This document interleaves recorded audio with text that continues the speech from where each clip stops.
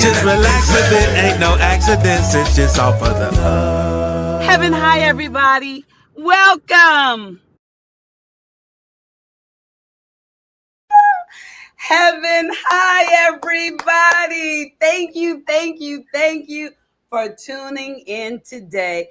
I am super excited about my guest today. She is a whole lot of things.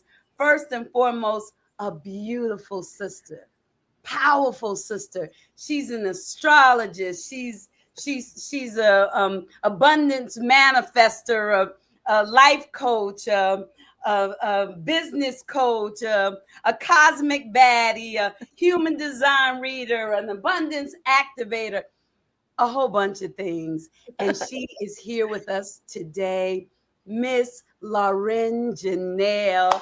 Heaven high. Heaven hi, Tangie. Thank you so much goodness. for having me. Thank you for coming. Let me tell y'all, a couple of years ago, maybe, I don't know, was it 2 years ago? Child, the angels were beating me down. Boom, bam, boom, bam. Not to beat me down, but to build me up.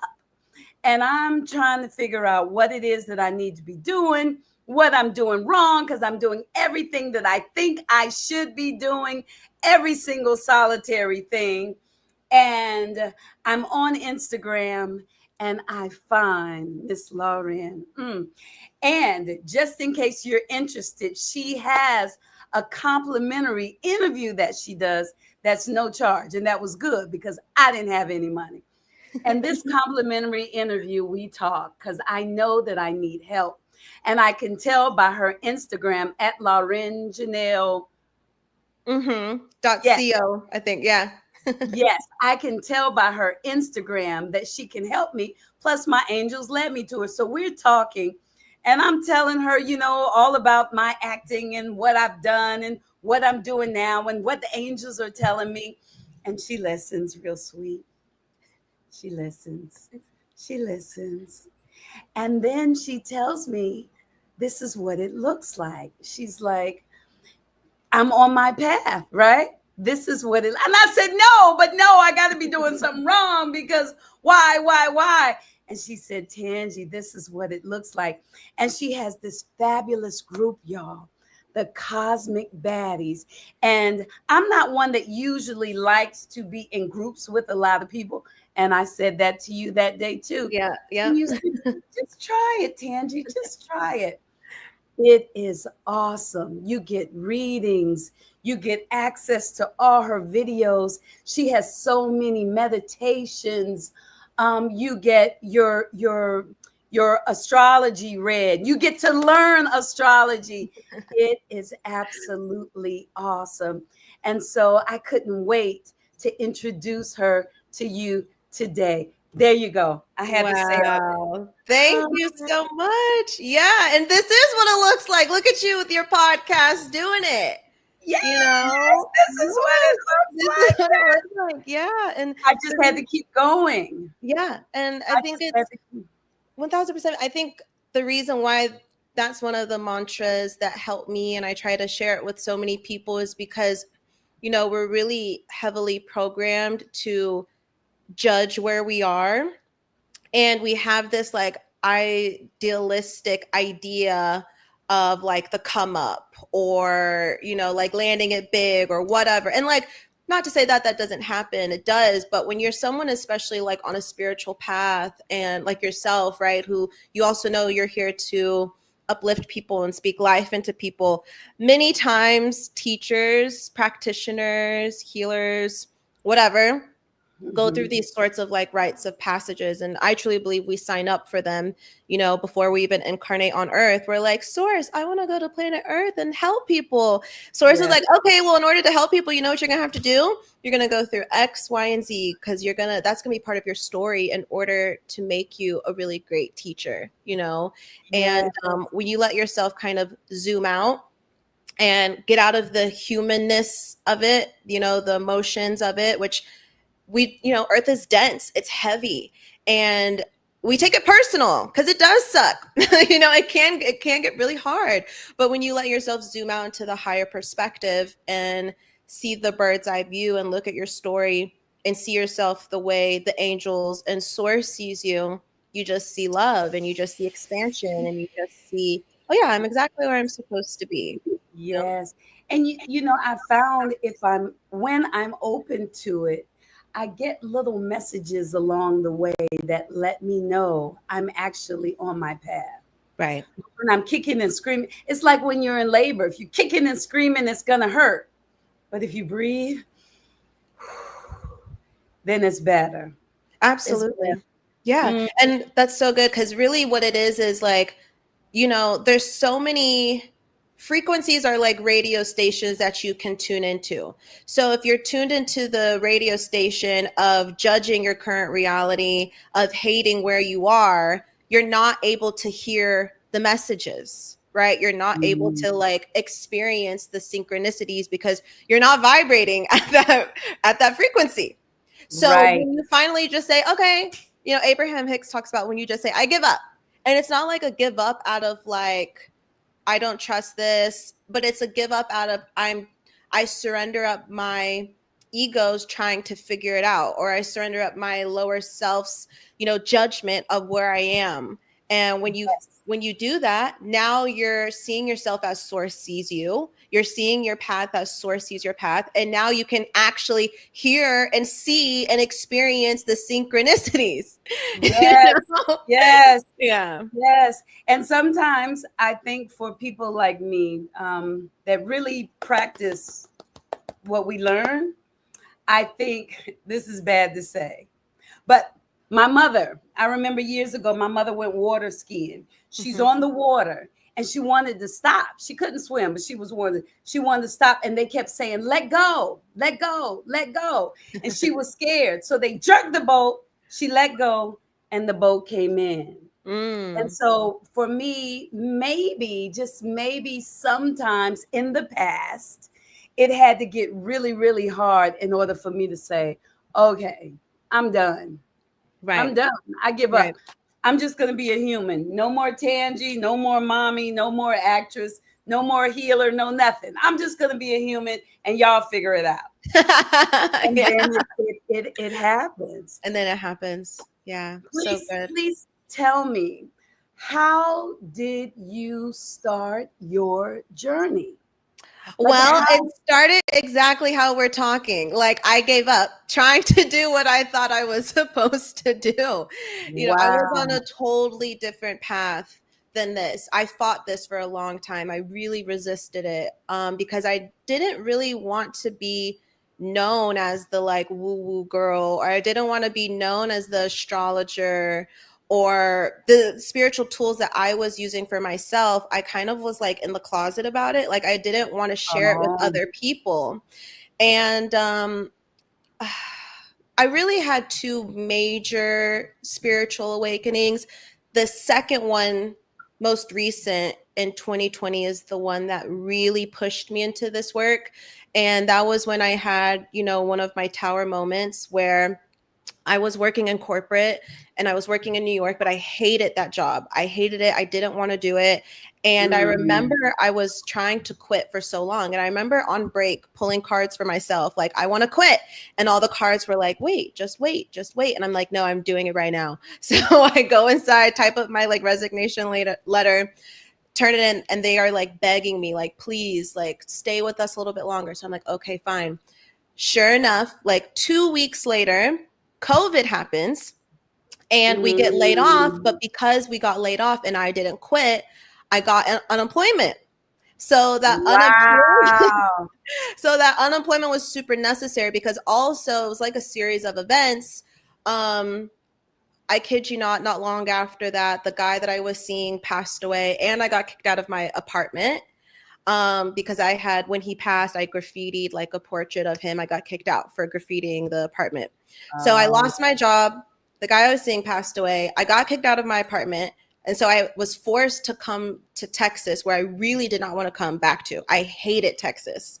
I like ran from Texas for years, but I came back. Since I had this little unemployment, I was like, okay, what do I want to do with my life? And I'm applying to jobs, like the standard marketing, nothing's working. And I'm like, oh my God. And I'm just like, okay, well, I have this unemployment money. Why don't I start my first business, which is Loren Juniper? And it's like candles and self-care, like magic candles and oils. And I kind of dumbed it down a little bit because I was scared of my family finding out that it was like super witchy, because I come from a very conservative military family.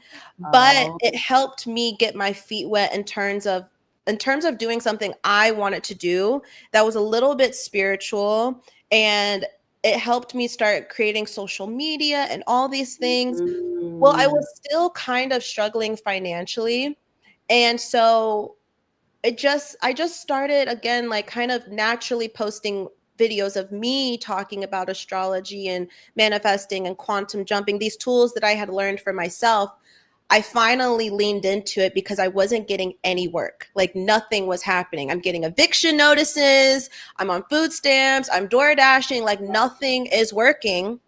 So I finally just listened, and I would be like in between door dashes, and in between my door dashes, I would just go in my car and say affirmations to the camera, post it on TikTok, and things started blowing up on there. And people don't realize, like, during that time, some of my best content, like millions of views, when I was going through it. And it just naturally, everything naturally started unraveling when I finally surrendered into the idea of doing that. So I didn't even have services up yet. People just started reaching out to me because I was posting affirmations and astrology. And I was just like, well, maybe there's something here because I'm not getting any work. And so, it was just a little bit more. I remember it went from like getting an eviction notice every single month. Like I knew I would get it every month. And I'm talking like a month. I knew it was going to happen. I'm like, okay, the eviction notice comes, but I have 2 weeks to get the money before I actually get kicked out. Wow. It was like a warning. Like if you don't get your money, it wasn't even 2 weeks. It was like, you have 7 days.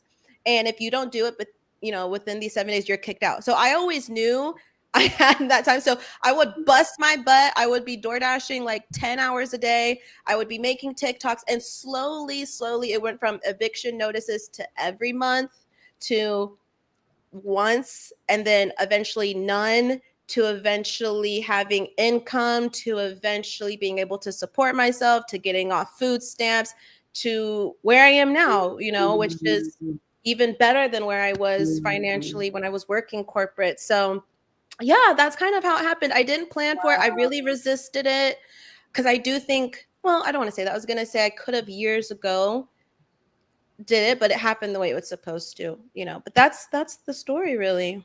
Wow. 2 questions came to mind. The first question, on your human design, did you see where, okay, so we haven't really talked about human design, but y'all should check out human design. It's pretty amazing. They have who you were created to be 6 months in birth, and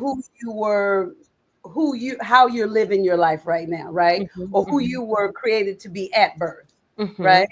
Yeah. Who you are right now, is that who you are created to be? Have you looked? So I don't know much about the 6 months and birth part. I don't know that aspect, to be honest. Or like, look at this, watch this. I'm gonna show you this. You see my design and personality. Was that your design? Is that who you are living your life as right now? Absolutely. I would definitely say so. I think it's like, how do I phrase this? I think what it is it's your energy type in terms of how you are designed to best flow. So everyone has this kind of innate template within them. And it's about like, if you do decide to kind of honor that a bit more, then you will experience a bit more flow in your life. And what I would like to think is the current system in place, the matrix, whatever the fuck you want to call it, tends to disconnect people from that innate template that they all have within them. Because human design all kind of points to similar truths in that, like, follow your highest excitement, like, you know, your sacral chakras, you know, because the sacral, is it defined or is it not defined? That'll tell you how much energy you have and things like that. And our system, the current system that's, you know, capitalistic, patriarchal, doesn't take into account that everyone has different energy levels within them. I agree. It's all just like burnout, burnout, burnout, burnout, you know. But yeah, I would definitely say, because you and I were both projectors. Yes. And but I'm open all below. right. So Yeah. no sexual. Isn't that something? Yeah. Tell Yeah. me why I love you so much, because you have that, right? I don't have my sacral. So I don't have all projectors don't have a defined sacral. That's actually what makes us projectors. Actually, we don't have defined sacrals. So yeah, I'm a splenic projector, which means the spleen is kind of like your knowing. It's like you have a strong knowing and a strong gut feeling. It's almost like animalistic, where you just know. And so see, I have none of that. Yeah. The mental projector. Yeah. So the mental, you're very like cerebral up here. But that's probably why you feel so good to me, because I can feel that part. You know, I can walk in the room, I can feel that good stuff. Yeah. Well, it's just a reflection of you. You know that. Yes. You know that. How did you work through I've heard you say before that you were hesitant because of how your family might feel. I was hesitant about doing Heaven High podcast because I've been able to have conversations. I can talk to anybody. You can be in the Hinduism, Christian, atheist, Baptist, Pentecostal, I can talk to anybody. But here you hear my thoughts. And I was like, but then now I'm just breathing through it. How were you able to work through that? Honestly, it's still a work in progress. It's still a work in progress. It's definitely come a long ways. I think there's a lot of things I've had to come to terms with my family, and with my mom in particular. The thing is, my mom is actually incredibly, like, intuitively gifted as well, but she denies it. She'll acknowledge it in some ways. Like, I always grew up, we moved a lot. I'm a military kid. And there was like this saying in my family that if mom will dream about the house and then we'll find the house. So she's very intuitive, but she rejects a lot of it. And so, yeah, it's hard to explain because I've had to come to terms with the fact that my mom just doesn't understand. Like, she genuinely just doesn't understand what I do. She's older, so she's not online. She has an idea, but she doesn't get it. Like, I don't know how else to explain it. She genuinely doesn't get it. She's like, you help people manifest by thinking about it. Yes. And what I've come to realize is, because it operates, going back to the radio analogy, because it operates at a different frequency, she literally can't see it. She literally can't see it. So I've stopped trying to have her validation. And it's one of those things where they know it's outlandish. They know it's weird. They don't understand it. And in the beginning, it was really, really tough because, especially as I'm like door dashing, but then going live on TikTok and stuff, my mom would call me and she would like cuss me out and be like, you need to get a job, and hang up on me. And it would be really hard because, you know, my family, no one supported me. And now it's to the point where they don't get it. They know I'm doing well, but they don't understand it. And we don't talk as much about it. To be honest, my partner kind of bridges the gap, which is, I really think that's why he was brought into my life. You know, when it's not your own child, you're a little bit more open to listening. And so he's able to come in and he can say some crazy, outlandish spiritual stuff. And they're like, oh, that's really interesting. If I see it's like, there goes Lorraine again. And Yes, that's fine. So yes. I'm really grateful to have him because, I didn't have that in the beginning, and he bridges the gap, and they're more receptive and they're open. My mom tries to understand, and when she does, she almost gets upset. And so I'm like, okay, we don't have to talk about it much anymore. And I don't even, it's fine because, like I said, even when I started my business and now, I've realized it's its own sacred thing. I don't need to, it doesn't need to make sense to everyone, and I don't need to like convince anyone of anything. Y'all hear that? You It know, doesn't need to make sense to anybody. You don't have to convince anybody of anything. you Go really ahead. don't. You really don't. And once you kind of just, once I kind of just, the only way I can explain it is before I used to feel like I was going to war with my mom to talk Yes, about these things. And yes. when I decided to like put down the sword and to stop convincing and fighting, she also appeared softer in my reality. And so Mm, we're at a place now where she's understanding as much as she can. And yes. that's really it. She's not online, so I don't have as much of a fear about like what are they going to think about this. She's older, and so she's not really online like that. And that's how I deal with it now. I'm just past the point of trying to convince them. And luckily now, since I'm doing okay financially, I don't get the phone calls getting cussed out to get a job, Yes, which being is called good. crazy, but that was my own rite of passage. And I realized that she was reflecting in me my own fear and my own judgment, and my higher self created that. Like, are you going to do it anyways? Are you still going to do it even though the people closest to you are telling you you're batshit crazy and they're telling you that it's not going to work? Are you going to believe anyways? And Mhm. so her higher self kind of served that role to help me, you know. Mm. And do you think it might have gotten rid of some ancestral something, something? Yes, Absolutely. definitely. Absolutely. Definitely. I think so. Cause Mm. yeah, like I said, my mom is intuitive. So I get a lot of it from her, and she just doesn't realize it. That's you know.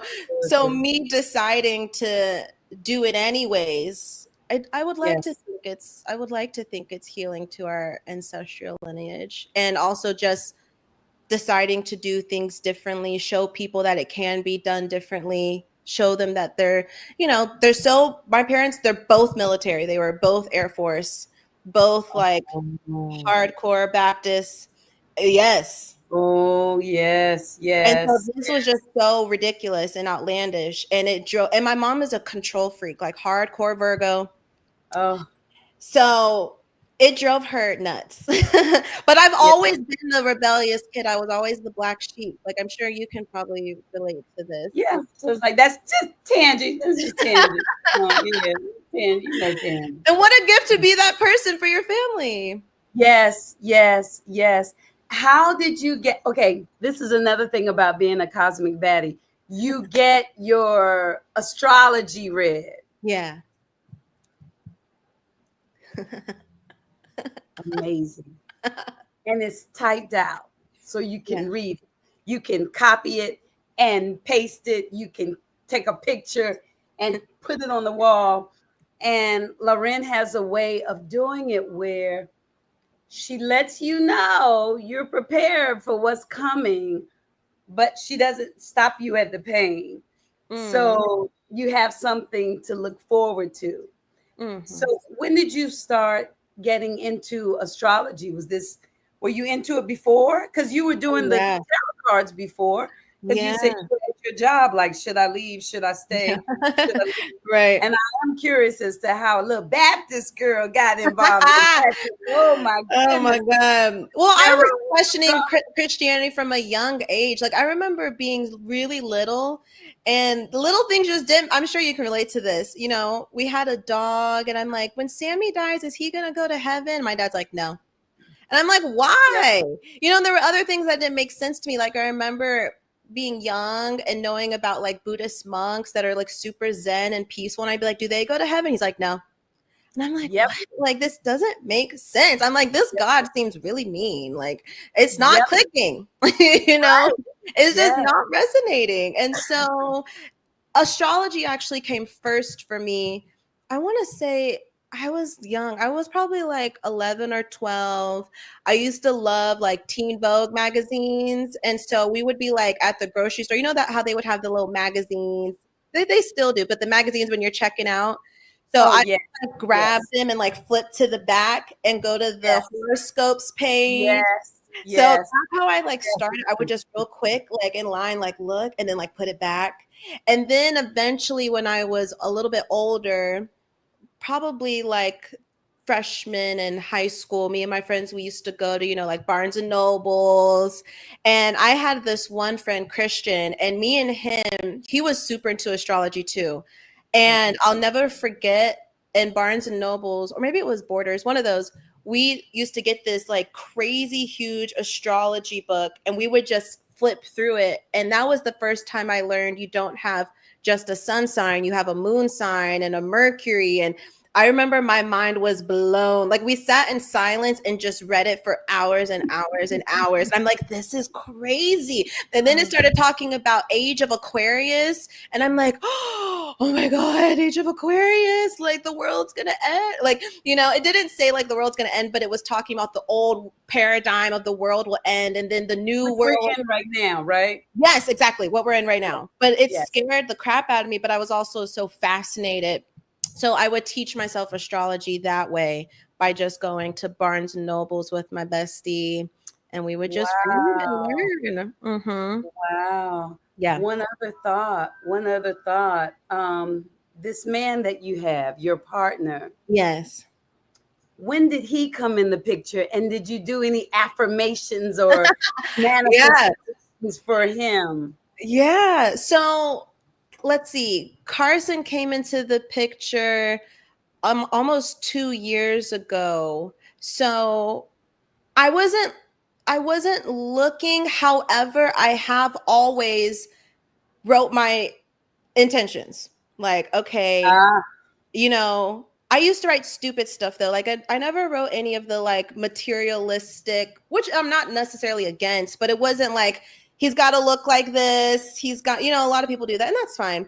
I yeah. wrote stuff about like my insecurities, like he loves my stretch marks and like things like that. I would write down because I was really insecure about stuff like that, like stretch marks on Okay. my legs. And I was like, I want to feel like the guy loves me, So I wrote things like that down. Yes. And so yeah, about a year and a half ago, almost 2 years ago, I was invited to an open mic here in Austin. I'm at so the open mic in Austin, it was like a spiritual open mic. There's a lot of spiritual creators here in the Austin area. And one of my friends, Really? oh, absolutely. A lot of the people you see online, they live in Austin. Yeah. Really? Yes, Black absolutely. people? Black people too. Not as much Black people. I wish there were more Black people, to be honest. Especially coming from, I lived in Brooklyn, so then coming here. But there are. And Wow. so yeah, I had went to the open mic, and there's this little white boy performing. He's got like long blonde hair. He's got a little bucket hat where you can't really see his eyes. And he's performing and he's singing this like really cool song. And I'm like, who is this? Like, who is this person? And it was like this really weird magneticism I've never felt before. I've always been, it's not picky, but you know how you were saying before, you can just like feel the energy of a room, like you can just feel people's vibe. And I've always known when I've been on a date with a guy, I can tell almost instantly, like, this is not it, Yes. Yes. And I had never felt this feeling before of just like, oh my God, like, who is this? He jokes with me all the time that I couldn't even look him in the eye. Like, I was so shy because it was like, I couldn't look at him. And yeah, so we got introduced and I was like, I need to get your Instagram. Like, you're so cool. And it's funny because in Austin, there was a freeze out, like it was storming. And I texted him, I'm like, hey, we should hang out for the freeze out. And he literally came over. I should say too, it was on January 11th. It was a new moon. January Wow, 111, 111. and 111 is like my, or 1111 is like my number. Like all my huge awakenings in my life have always happened like on the 11th. Okay. So yeah, ever since then I was like, we should hang out with the, for the freeze out. Maybe we can just do something chill at home. And we've literally been inseparable ever since. We've been inseparable. And Wow. yeah, I mean, relationships aren't easy. Like we have our ups and downs, but yeah, he's taught me so much, and I'm so grateful for him because, like I said, he actually was a huge healing piece for me and my family. And yeah, he's just super talented. He's so compassionate. He's nothing like at all what I thought I Your would man would be. Yeah, I thought I was going to be with this like beautiful Black man. And Yes. the universe was like, no, this is your person. I have something else for you. I got something else. And Ah. yeah, he's been the best mirror to learn from, truly. Wow. And he said he loved my stretch marks. And I love him for that. Yeah. Watch this. I got questions about this. Are you ready? I'm ready. We are about to enter Q4 of this numerological 9-year, and we're pulling up on eclipse season. So what does this mean for you? The best way I can describe a numerological 9-year, it's kind of like when you are moving house and you have to pack up all your things, but you also throw away a lot of stuff. Old things you just haven't used in a really long time, stuff you don't foresee yourself using in the new house. And so as we wrap up the end of 2025, this really is a time of taking stock and reflecting on things you do not need to bring with you in 2026. This is really because we're entering a period where new timelines are coming online. A lot of us who have been doing the work, we've been practicing self-awareness, we've been drawing in new light codes into our body and onto the planet.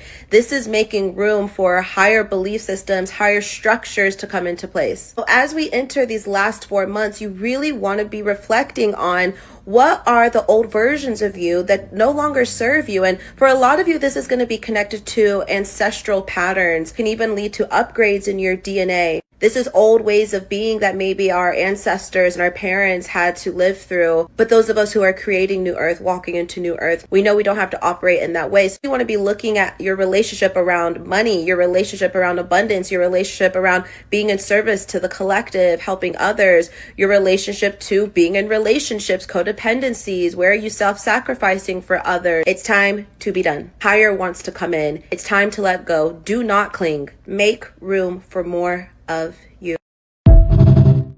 Oh my goodness. Oh my goodness. Okay. So many things to talk about in there. The time codes and light codes and karmic things and 9-year and oh my goodness, what I got. Because what I know is that I'm here to teach and I'm kind of like a bridge for my Pentecostal people, and I'm helping them. I'm hopefully doing what your boyfriend does to my audience. Absolutely, you are. But when I think what I had to let go of, I think I've been more humble than humility. I've been more, oh, thank you so much, as opposed to thank you. Yes. Yeah. But girl, what I need to leave behind, talk to me, tell me. Tell me time codes and quantum jumping and I've been doing the work that I know to do, but how do we know if we've been doing the work? How do these people know if they're doing the work? What is it that we should be doing? But in English. Yeah, I think it's going to be different for everyone, and it's a good practice of like investigating, learning how to investigate within yourself belief systems that it's time to let go of, and maybe one way that it might help is even thinking about just this idea of like levity, feeling light. And one of my favorite, it's like, I dropped a load off before I enter 2026, and it's like that programming that heaviness. It's like that stuff's not even mine that I've been Yes. carrying. It's mom and Yes. dad's, it's our ancestors, it's societies, and not shaming them because they chose to endure those forms of suffering for us to learn to let it go, right? But Yes. it's about, well, let me say this. One of my favorite Abraham Hicks quotes is she talks about people think being a light worker means that you have to be a light in a dark place, but that feels heavy. That feels like Work. work. It feels Mhm. like a mission. It feels like I'm against something. It feels Mhm. like, oppression almost that I have to overcome. But it's actually about being light, levity, Mhm. lightness in the body. And that can be hard to step into when you've taught to carry heaviness with you for so long. So fears around money, worries around finding a partner, or your partner not living up to certain standards or whatever, or your relationship to abundance in other ways. And that's a big one that we work on in the Cosmic Body Academy, is specifically our relationship to abundance. So Yes. abundance does mean financial abundance. So allowing myself to receive, allowing myself to be paid for my gifts, allowing myself To receive, to yeah. be paid for my gifts. Yes, keep going. I even know, even if like sometimes when people need help, when folk need help, they feel like they please, like they gotta be sad and raggedy and poor Right. looking. When you can look great and Yes. so you can still stand in your power. Absolutely. Yes, Absolutely. yes. And that's, when I think about that, asking for help, it's to me, it's like an acknowledgement of like your innate royalty and divinity, so royalty, they have like a team of help because there's so many things they're managing or working on, and that's why they have help, and it's something I've Mm. had to learn. And even now to this day, even like leading up to this meeting, where my body is like, rest, Loren, stop trying to effort, stop trying to do more. It's an ongoing thing. And actually what I've learned is, at least for me, the more I've gone on my spiritual journey, it's about how much less do you think you have to do? How much more can you allow cosmic intelligence, source, to do the heavy lifting for you? And Oh, that's what it wait a means to let second. yourself How receive. much more can I allow?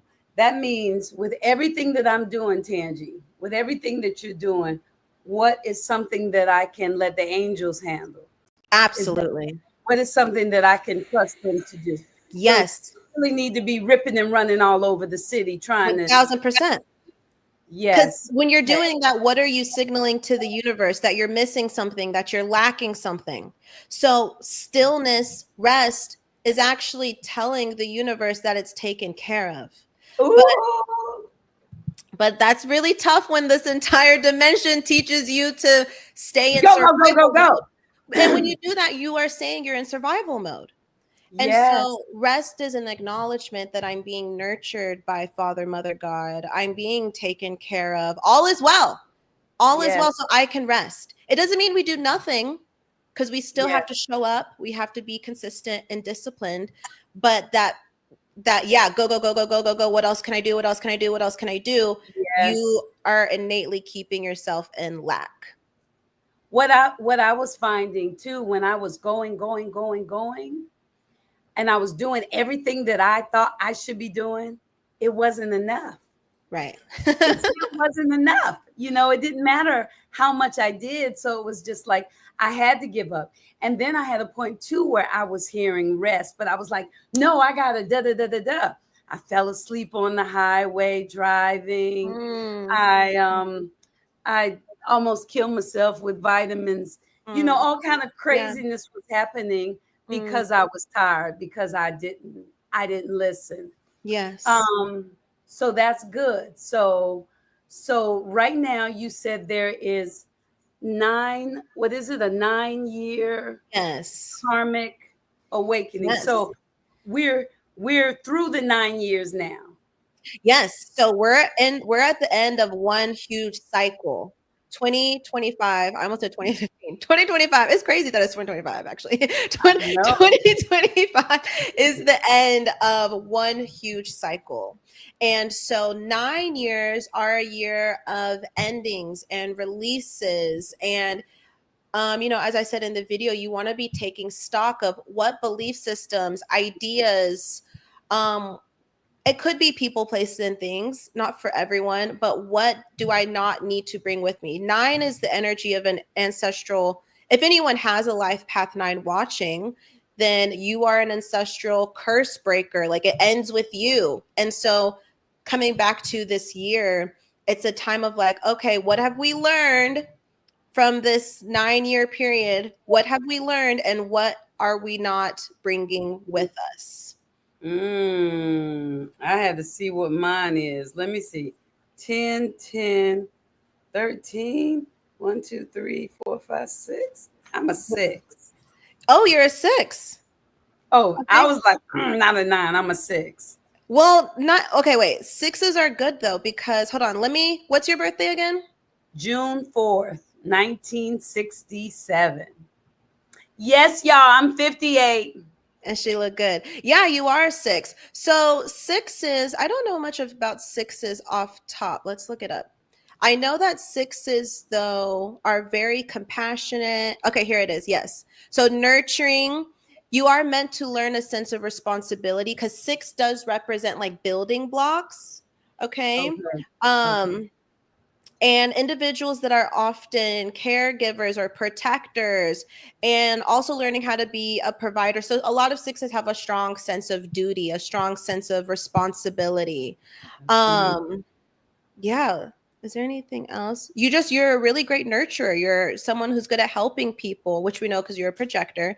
A lot of projectors are coaches, healers, practitioners, because Yes. projectors upgrade other people. You can upgrade people.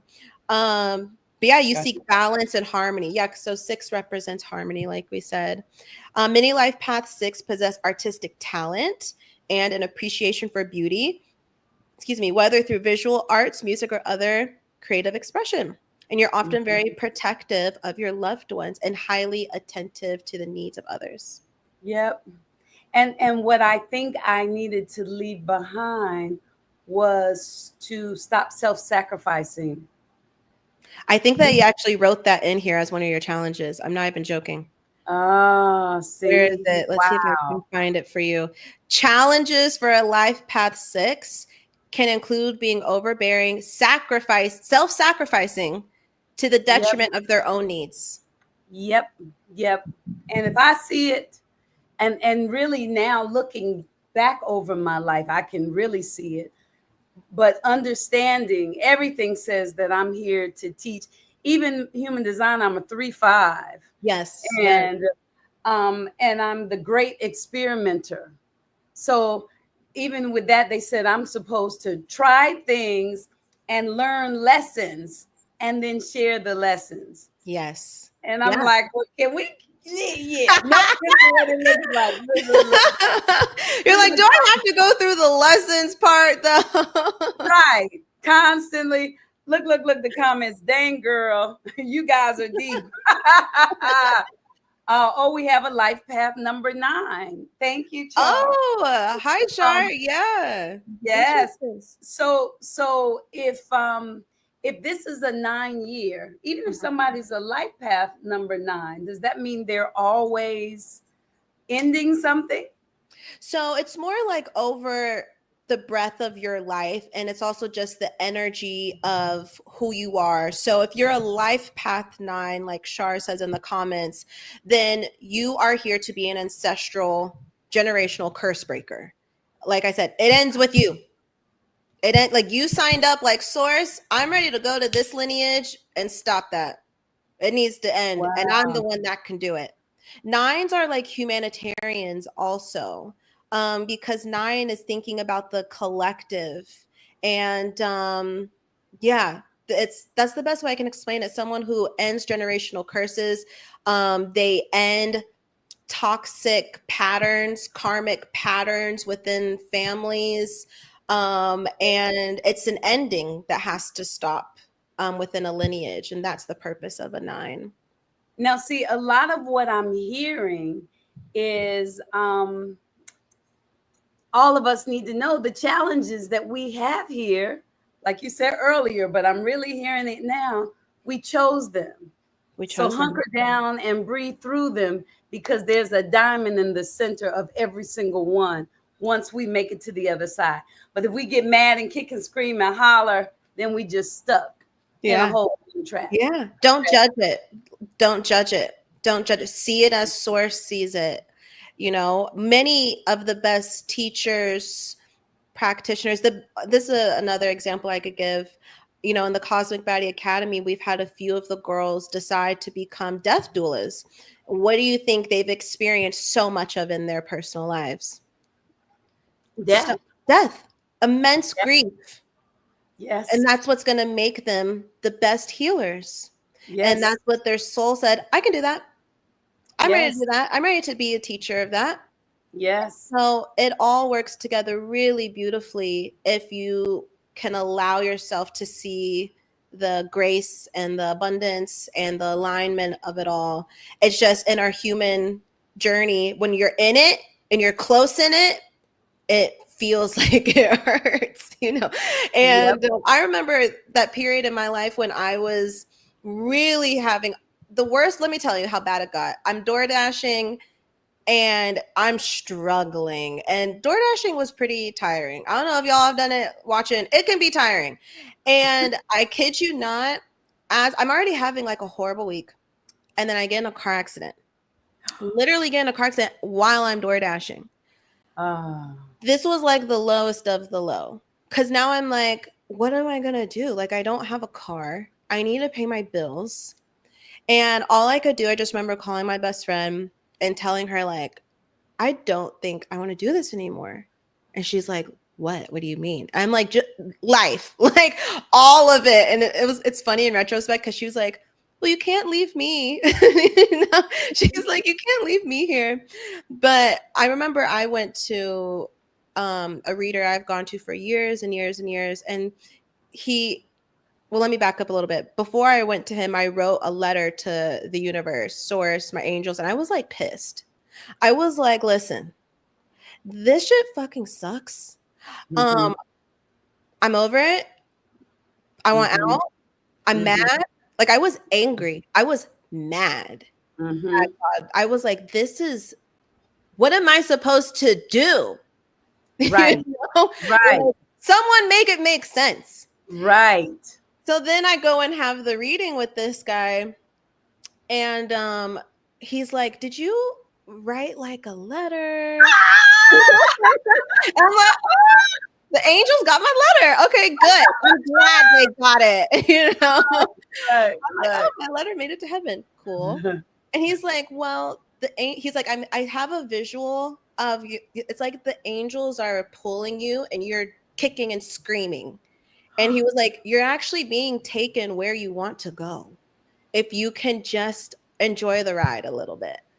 Wow. And everything with the car ended up working out, because the guy ran a light. So he ended up having to pay for everything. So that ended up working out fine. Wow. And I ended up getting a little bit nicer car, honestly. A little bit.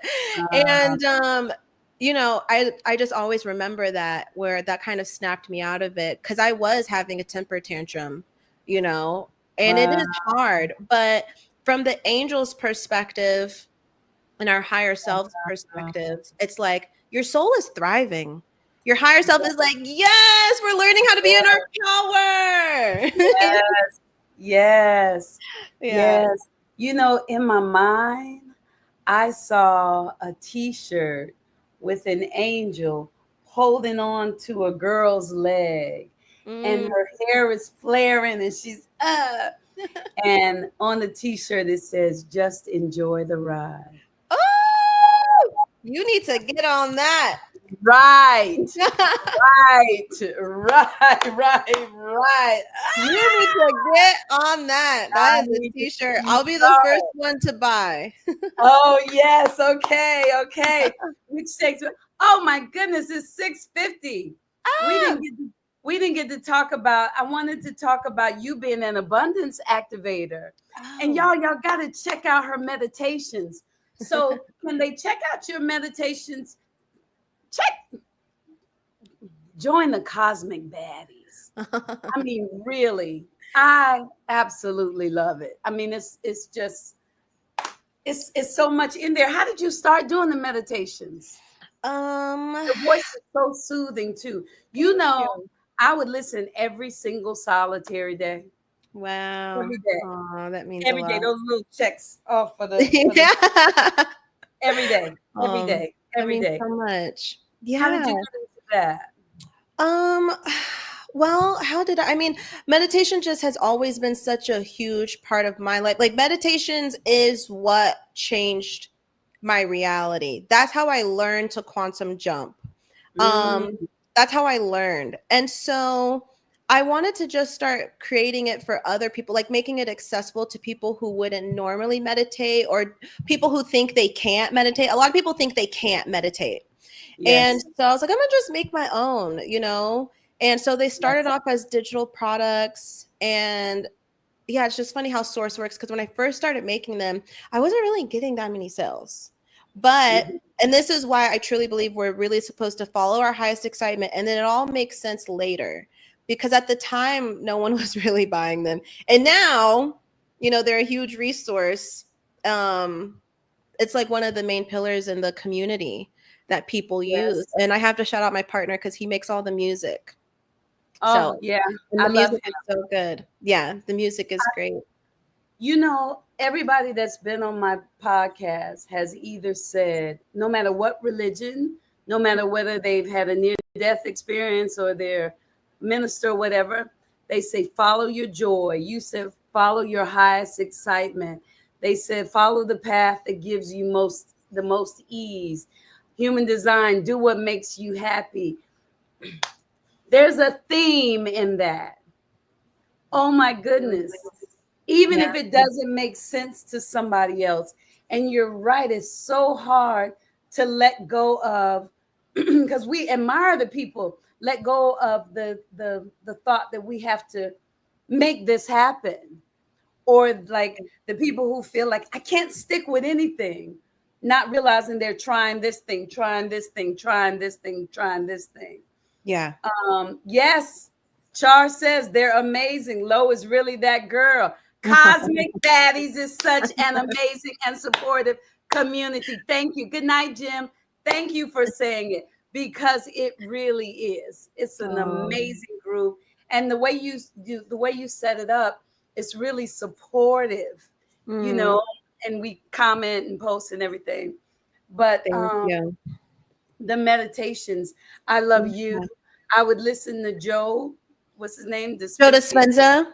I would listen to Joe. I Yes. would listen to Abraham Hicks. When I found Abraham Hicks years and years ago, because I knew things my whole life, but I didn't know how I knew them. And when Hmm. I found them, I was like, oh, that's what I've been saying. It felt like, yes, yes. You know, they're mental projectors too.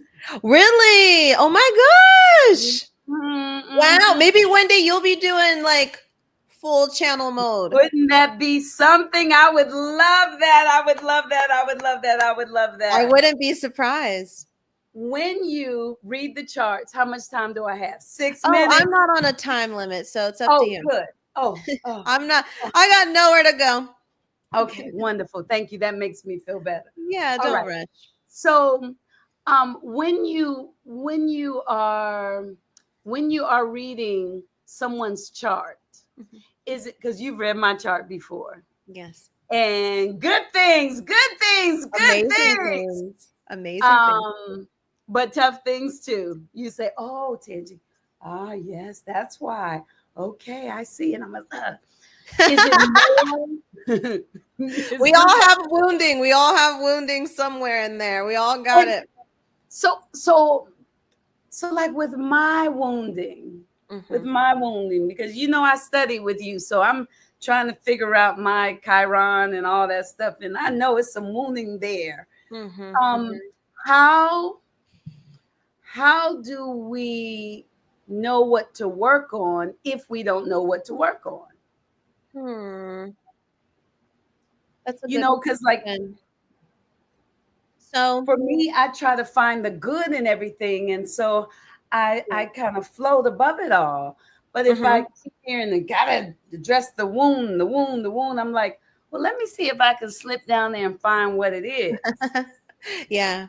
Yeah. It's really important that we look at the wounds because, and I tell everyone all the time, you know, if you are just saying the affirmations and meditating and doing all that and nothing's changing, it's because we need to go in and find that block because Mm.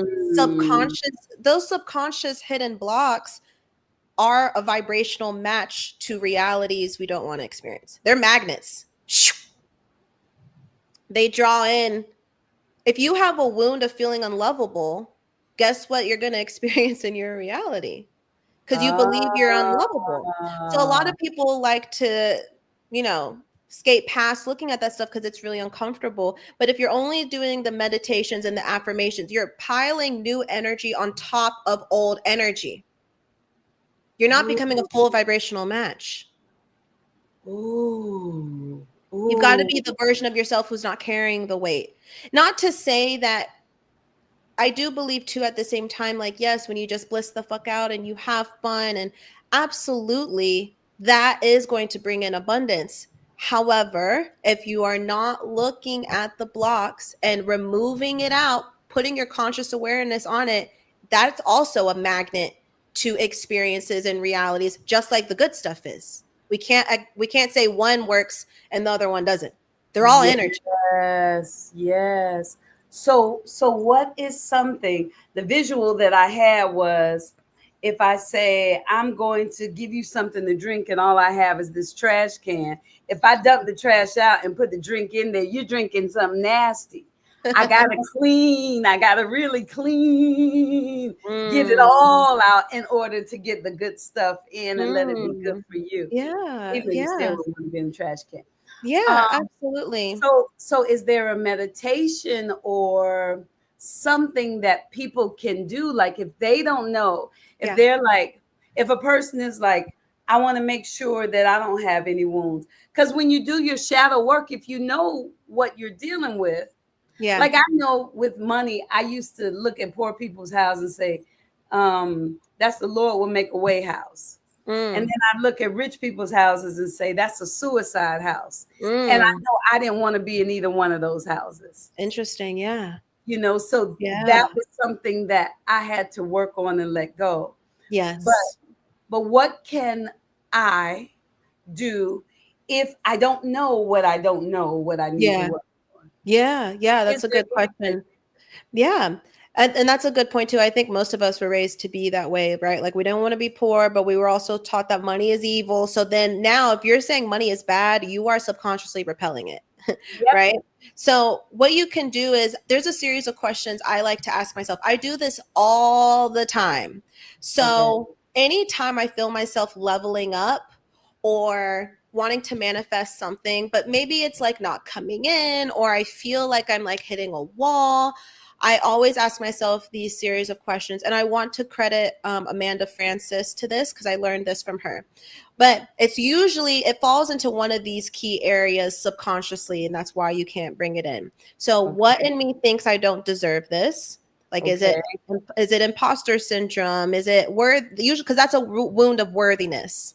Okay, so Mm, what in me thinks I don't deserve this? So maybe it's like the next level of money. Maybe there's a part of me that thinks I'm not good enough. If you don't think you're good enough, you're repelling it. Okay, so that's number mm, one. The second one is what in me doesn't trust myself? Do I not trust myself having that much money? Or what in ooh, me doesn't trust other people? So if you have a lack of self trust, that's repelling abundance as well. So what in me doesn't mm, deserve this? What in me doesn't trust myself? What in me do I have a fear of myself or other people? So do I think that if I get rich that people aren't going to like me?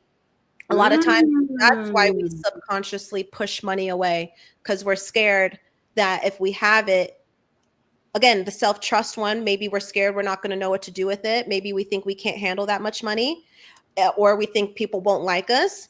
Those are all subconscious repelling. Or another Mm. one is what in me doesn't think it's easy. So do I think that it's hard? Do I think I have to work hard? Do I think that it's difficult to have the thing? And then what in me doesn't trust the universe?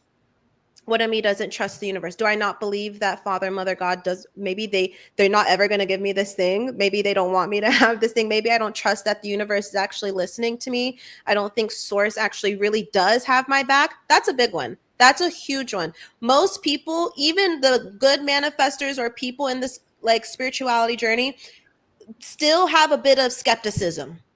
A lot of us do. Sometimes I do.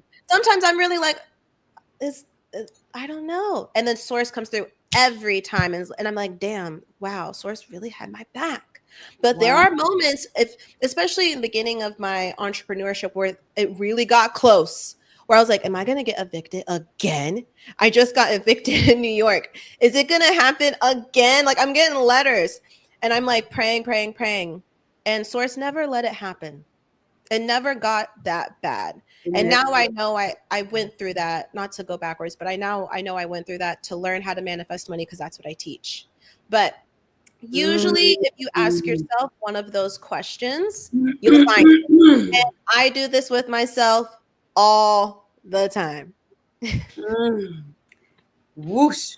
Well, you can tell when you were answering asking those questions, I was doing it with me. Another sister who I love dearly, also who was on my podcast, Sonia Marie. She's also an astrologist, and she did my chart. And she looked at me and said, "Tangie, you don't trust yourself." Mm. What?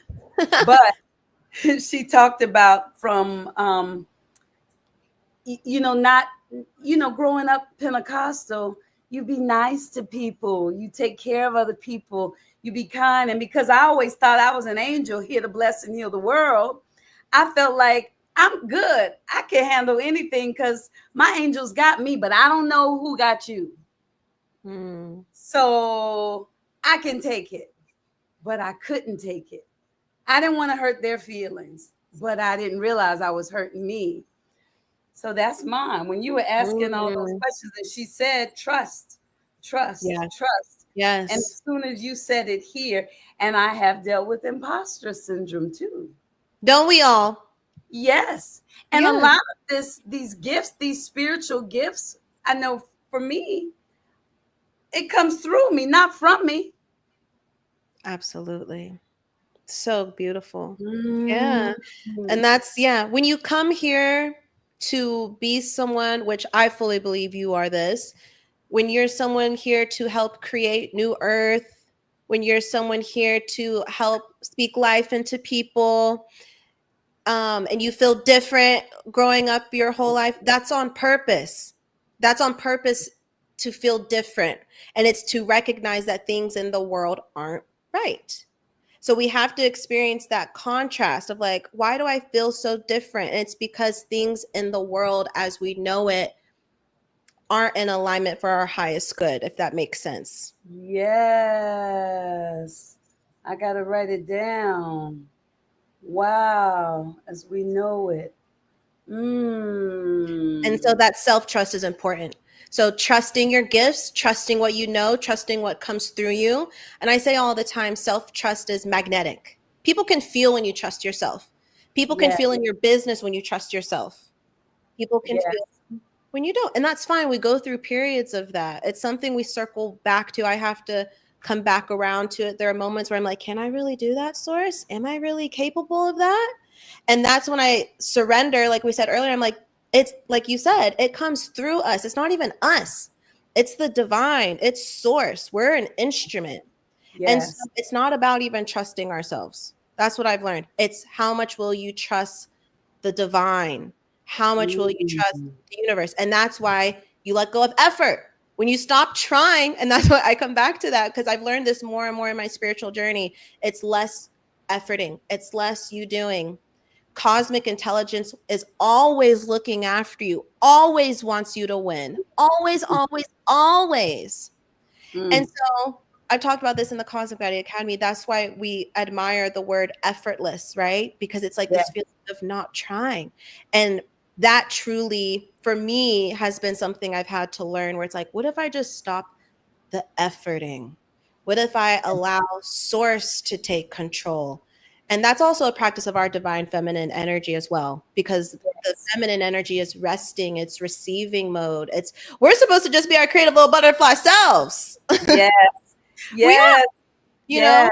we do that to make sure we have that energy though of our masculine and feminine within us married, because we do have to show up. We have to, like you've got your shit together. We got to make the live. We got to post it. We have to do that masculine. Yes. The next is to lean back and say, I did my part. I did it. I like that. Out now. I'm going to watch it work out. Everything that I'm doing right now is fun. Good. Yeah. Everything is fun. Yes. Everything. And but there's still a piece of me that feels like I need to be like, like hustling for sponsors or hustling, and that's not my gift. Yeah. And that part is always kind of there within, and that's called being human, making a living, being an entrepreneur. I have that too. That doesn't go away, so I don't want to paint this picture perfect. That doesn't go away. It's, to me, what I've learned is when your dominant truth, and your dominant vibration is ease. Your dominant truth is that I'm taken care of. But it is okay to think about the things like, okay, sponsors or brands or playing with it, and you just showing up and creating is enough. Like the universe will start dropping in support for you along the way, So yeah, maybe spend some days like, okay, do I, maybe chat GBT it, looking into sponsorships for brands, and show up and try. You're an experimenter, and try, but don't insist like it's got to be this thing. I mean, I can't tell you how much I've learned that in my, going back to the digital products with meditations. When I was making the meditations, they weren't selling yet, but look at what happened. 3 years later, they're a core part of my work. So you've got to trust where you are. And, so going back to this is what it looks like. Trust every single step you're taking is the right step. I think that's another thing you just hit on for me that I was doing. Like my one woman show. I did my one woman show and then I stopped. Mm-hmm. Like I think I'm supposed to continue with something. The podcast, I believe I'll continue. Good. Yeah. Because it's so much fun. And I wanted to branch out where I can be in the room with all you powerful people and we can play and have an audience and I see all these things. But I think continuing. So is it a challenge at any time to handle, because you're in both worlds. You have this business or these businesses. And you're spiritual and intuitive, and you have to kind of marry the two. Is that ever challenging? Yes. Yes. I mean, well, the first thing I want to tell you is I really want to tell you, keep up the YouTube, okay? Because keep it up. Because look, the YouTube money, it's the long game, but we don't have to limit it. It doesn't have to be the long game either. It can be the short-term game. But the money, long-term YouTube money. Okay. So keep up the YouTube. Let me write it down because I love it. People are making like $300,000 a month on YouTube alone. YouTube pays out once you get your views up. Yes. And I think they even lowered it to how much you can start making on, or when you can start generating income. So keep up the YouTube. It's again. So y'all tell somebody. Hit share, like and subscribe and share and support Tangie's channel. Yes, please. So there's that. What was the other thing that we were talking about? Oh, that was good. Now I forgot what I was saying. I lost it. I have a brain fart. I can't remember what we were talking about. We just went off and lost it. That's okay. It'll come back. Things, try, but don't insist. It'll come back. Oh, the managing the different worlds. Yes. managing different roles. Well, I want to say this. So my first business, Loren Juniper, my self-care store, I actually, as of this year, decided to end it temporarily because it is too much to make well, it's not my highest excitement. It's not my highest excitement. I think it served its purpose. It served its purpose in that I learned what I needed to learn in order to be the practitioner I am now, to help other entrepreneurs. Now I'm not as excited about it, to be honest with you. I feel like it may have expired out of my life. Maybe it'll come back, maybe not. I don't know. So there's that. The other thing is, well, I want to say business is spiritual. You know, I'm sure everyone has heard that before. Business is spiritual. You learn so much about yourself building a business. The limiting beliefs come up, the fears come up. And so there's that. There's also this, I don't know how to explain it. When it comes to my spirituality, how do I say this? I sometimes have moments, you know, there's like forms of spirituality where it's like the monks that live on top of a hill, and I forget what they call it when they kind of push the world away, you know. Sometimes I have huge awakenings when you realize this is all an illusion. Like we're living in a hologram. And I have moments of like, why? Why do anything? Mm-hmm. But that's not being in service. And I want to always be in service, and it lights me up. It energizes me. You know, sometimes I'll be having a wonky day and I get on a call with a client and it energizes me. And I'm like, oh yeah, that's why I do this. You know, being a practitioner doesn't mean you feel 100% all the time. You're human, you know, and there's a lot happening in the world. But being in service is the best feeling ever. And so I'm always trying to make sure I move with as much integrity as I can. I try to always pause, especially when it comes to making content, because you do get in your ego.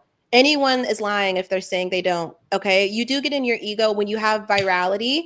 You do want like, oh, I want to go viral again. And there's nothing wrong with wanting to create positive impact. There's nothing wrong with that.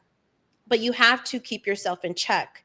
And you have to make sure, like, am I doing this for ego right now, or am I doing this to be in service and create positive impact? And going back to the forcing and efforting, whenever I'm like trying, like I'm gonna go far, I'm gonna do it, that's when it never ever ever happens. So once again, it's when I have to be like, let me go meditate, let me go journal, let me ask source, let me ask the divine what I'm supposed to share, let me go, you know, ask source how I'm supposed to be in service. You know, of course the miracle says, what will you have me do? And so that's how I think it all works together for me. And yeah. Wow. I really love that. Oh, I'm efforting. This is making me tired. This is wearing me out. Yeah, and you know, at least for me, I've learned, you know, especially as women, you know, we're like the moon, you know, we have phases. So I've learned when I have the phase of like, oh, I'm excited, I want to talk about this. Like I just read something in a book, or I just got this download. It's like, yes, I have inspiration. I want to share this, you know? And then, yeah, you project your work into the world, and we tap into our masculine energy that creates the content and posts and all that. And then I've noticed, for me, when I do feel like, oh, okay, cool, I did that, and now I'm going to lean back and I'm going to rest, I set the intention now of I'm going to let myself be replenished. Because before I used to drive myself crazy. Even the days where I have, you know, eviction notices, I'm making TikToks, I would drive myself crazy. Like, I got to post. And I was on the inside, I was in this survival, struggle, suffering mode. Now I listen and I say, I'm going to let myself be replenished, and I'll be given, source will tell me when it's time again to act. And so I kind of let myself go through that phase, if that makes sense. And a lot of what I've learned, when you let yourself do that, time flies. Or how do I explain this? Like, for example, as a content creator, taking like a week off for a lot of content creators is a lot. It's like you should post every day. But the way the internet works, people won't even Yeah, they won't even know. They won't People even know. don't even notice. And source surprises me every time when I allow myself to rest. And I wish I knew this earlier in my business. 'Cause I would have saved myself a lot of struggle. But source surprises me every time how the client shows up, the person shows up, the partnership shows up when you just let it work out. So it's Yeah, about just like getting out of your own way. And usually, I mean, it's just like love, how they say it happens when you're not looking. I have found that with business. When you're yeah, not like, where is it? What do I, that's when yeah. it actually happens. Mm, wow.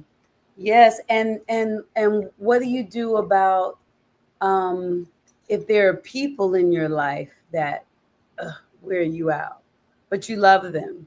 Mm-hmm, mm-hmm. Yeah. I Do mean, you yeah, turn that's my them family. or right,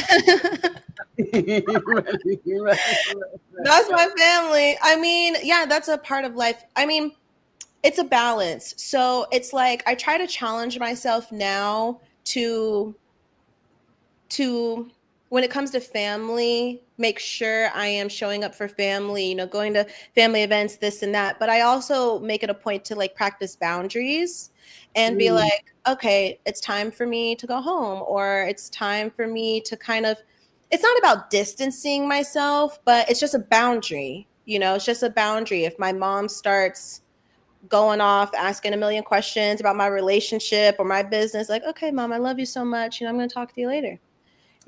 And then yeah, I usually meditate, call my power back, sometimes do a good spiritual bath. Spiritual hygiene is A1. If you are an empath, if you are intuitive, sensitive person, spiritual yes, baths, doing your meditations of cleansing, you should cleanse every day. Not out of like, oh my God, I got to cleanse everyone's energy off me, but out of, hygiene. Okay. Let yes, me sit in my energy.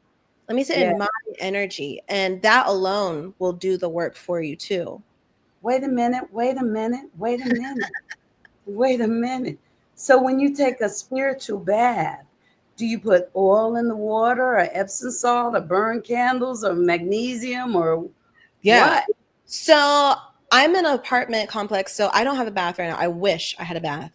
Um, Oh, I know. But the way that I do it, I actually did it today. The way that I do it, there's a botanica. I'm in Texas, so we have the botanicas. You're in California. Y'all got yes, botanicas. yes, So no. I go to my botanica and they have already pre-made spiritual baths. So that's where I get mine. They are pre-made spiritual baths.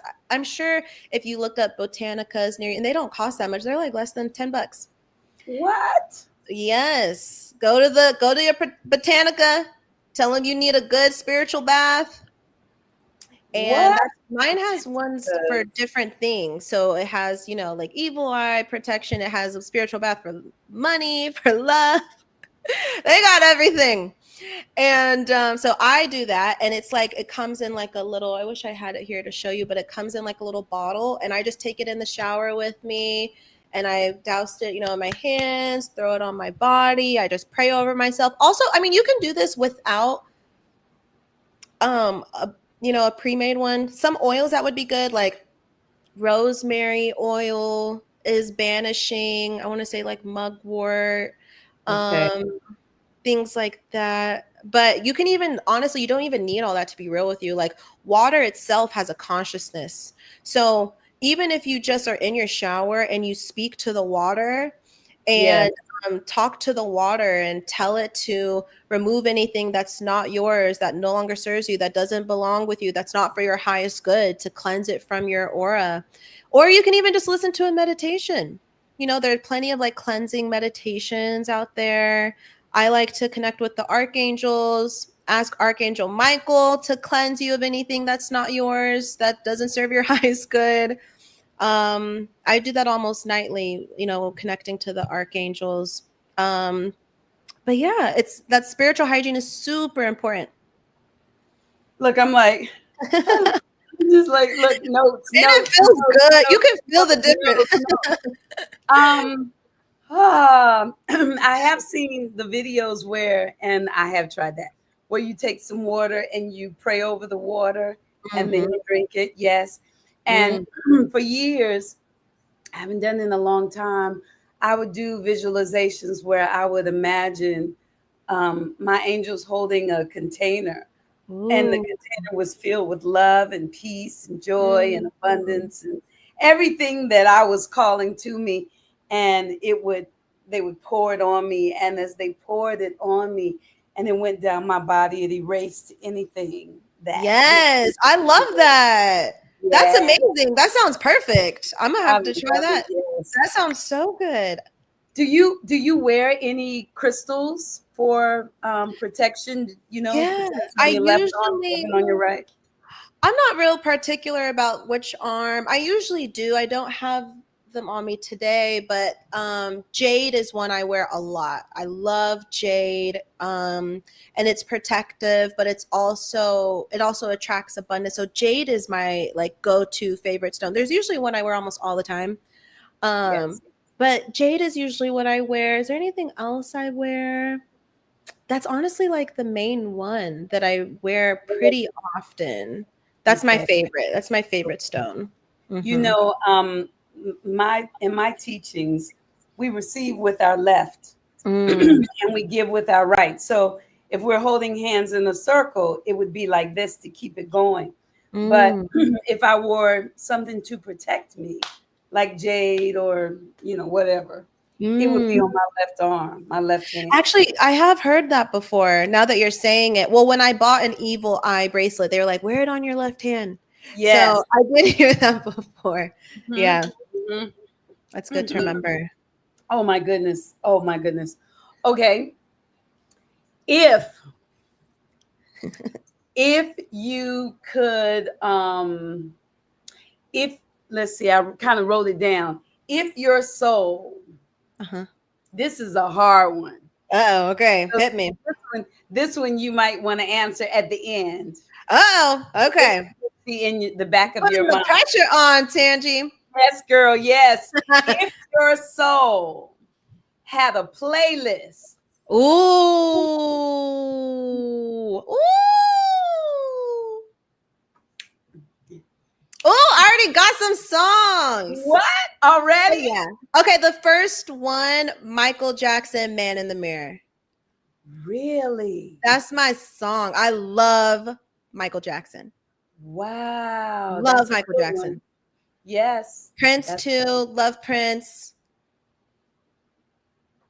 Ooh. Hmm.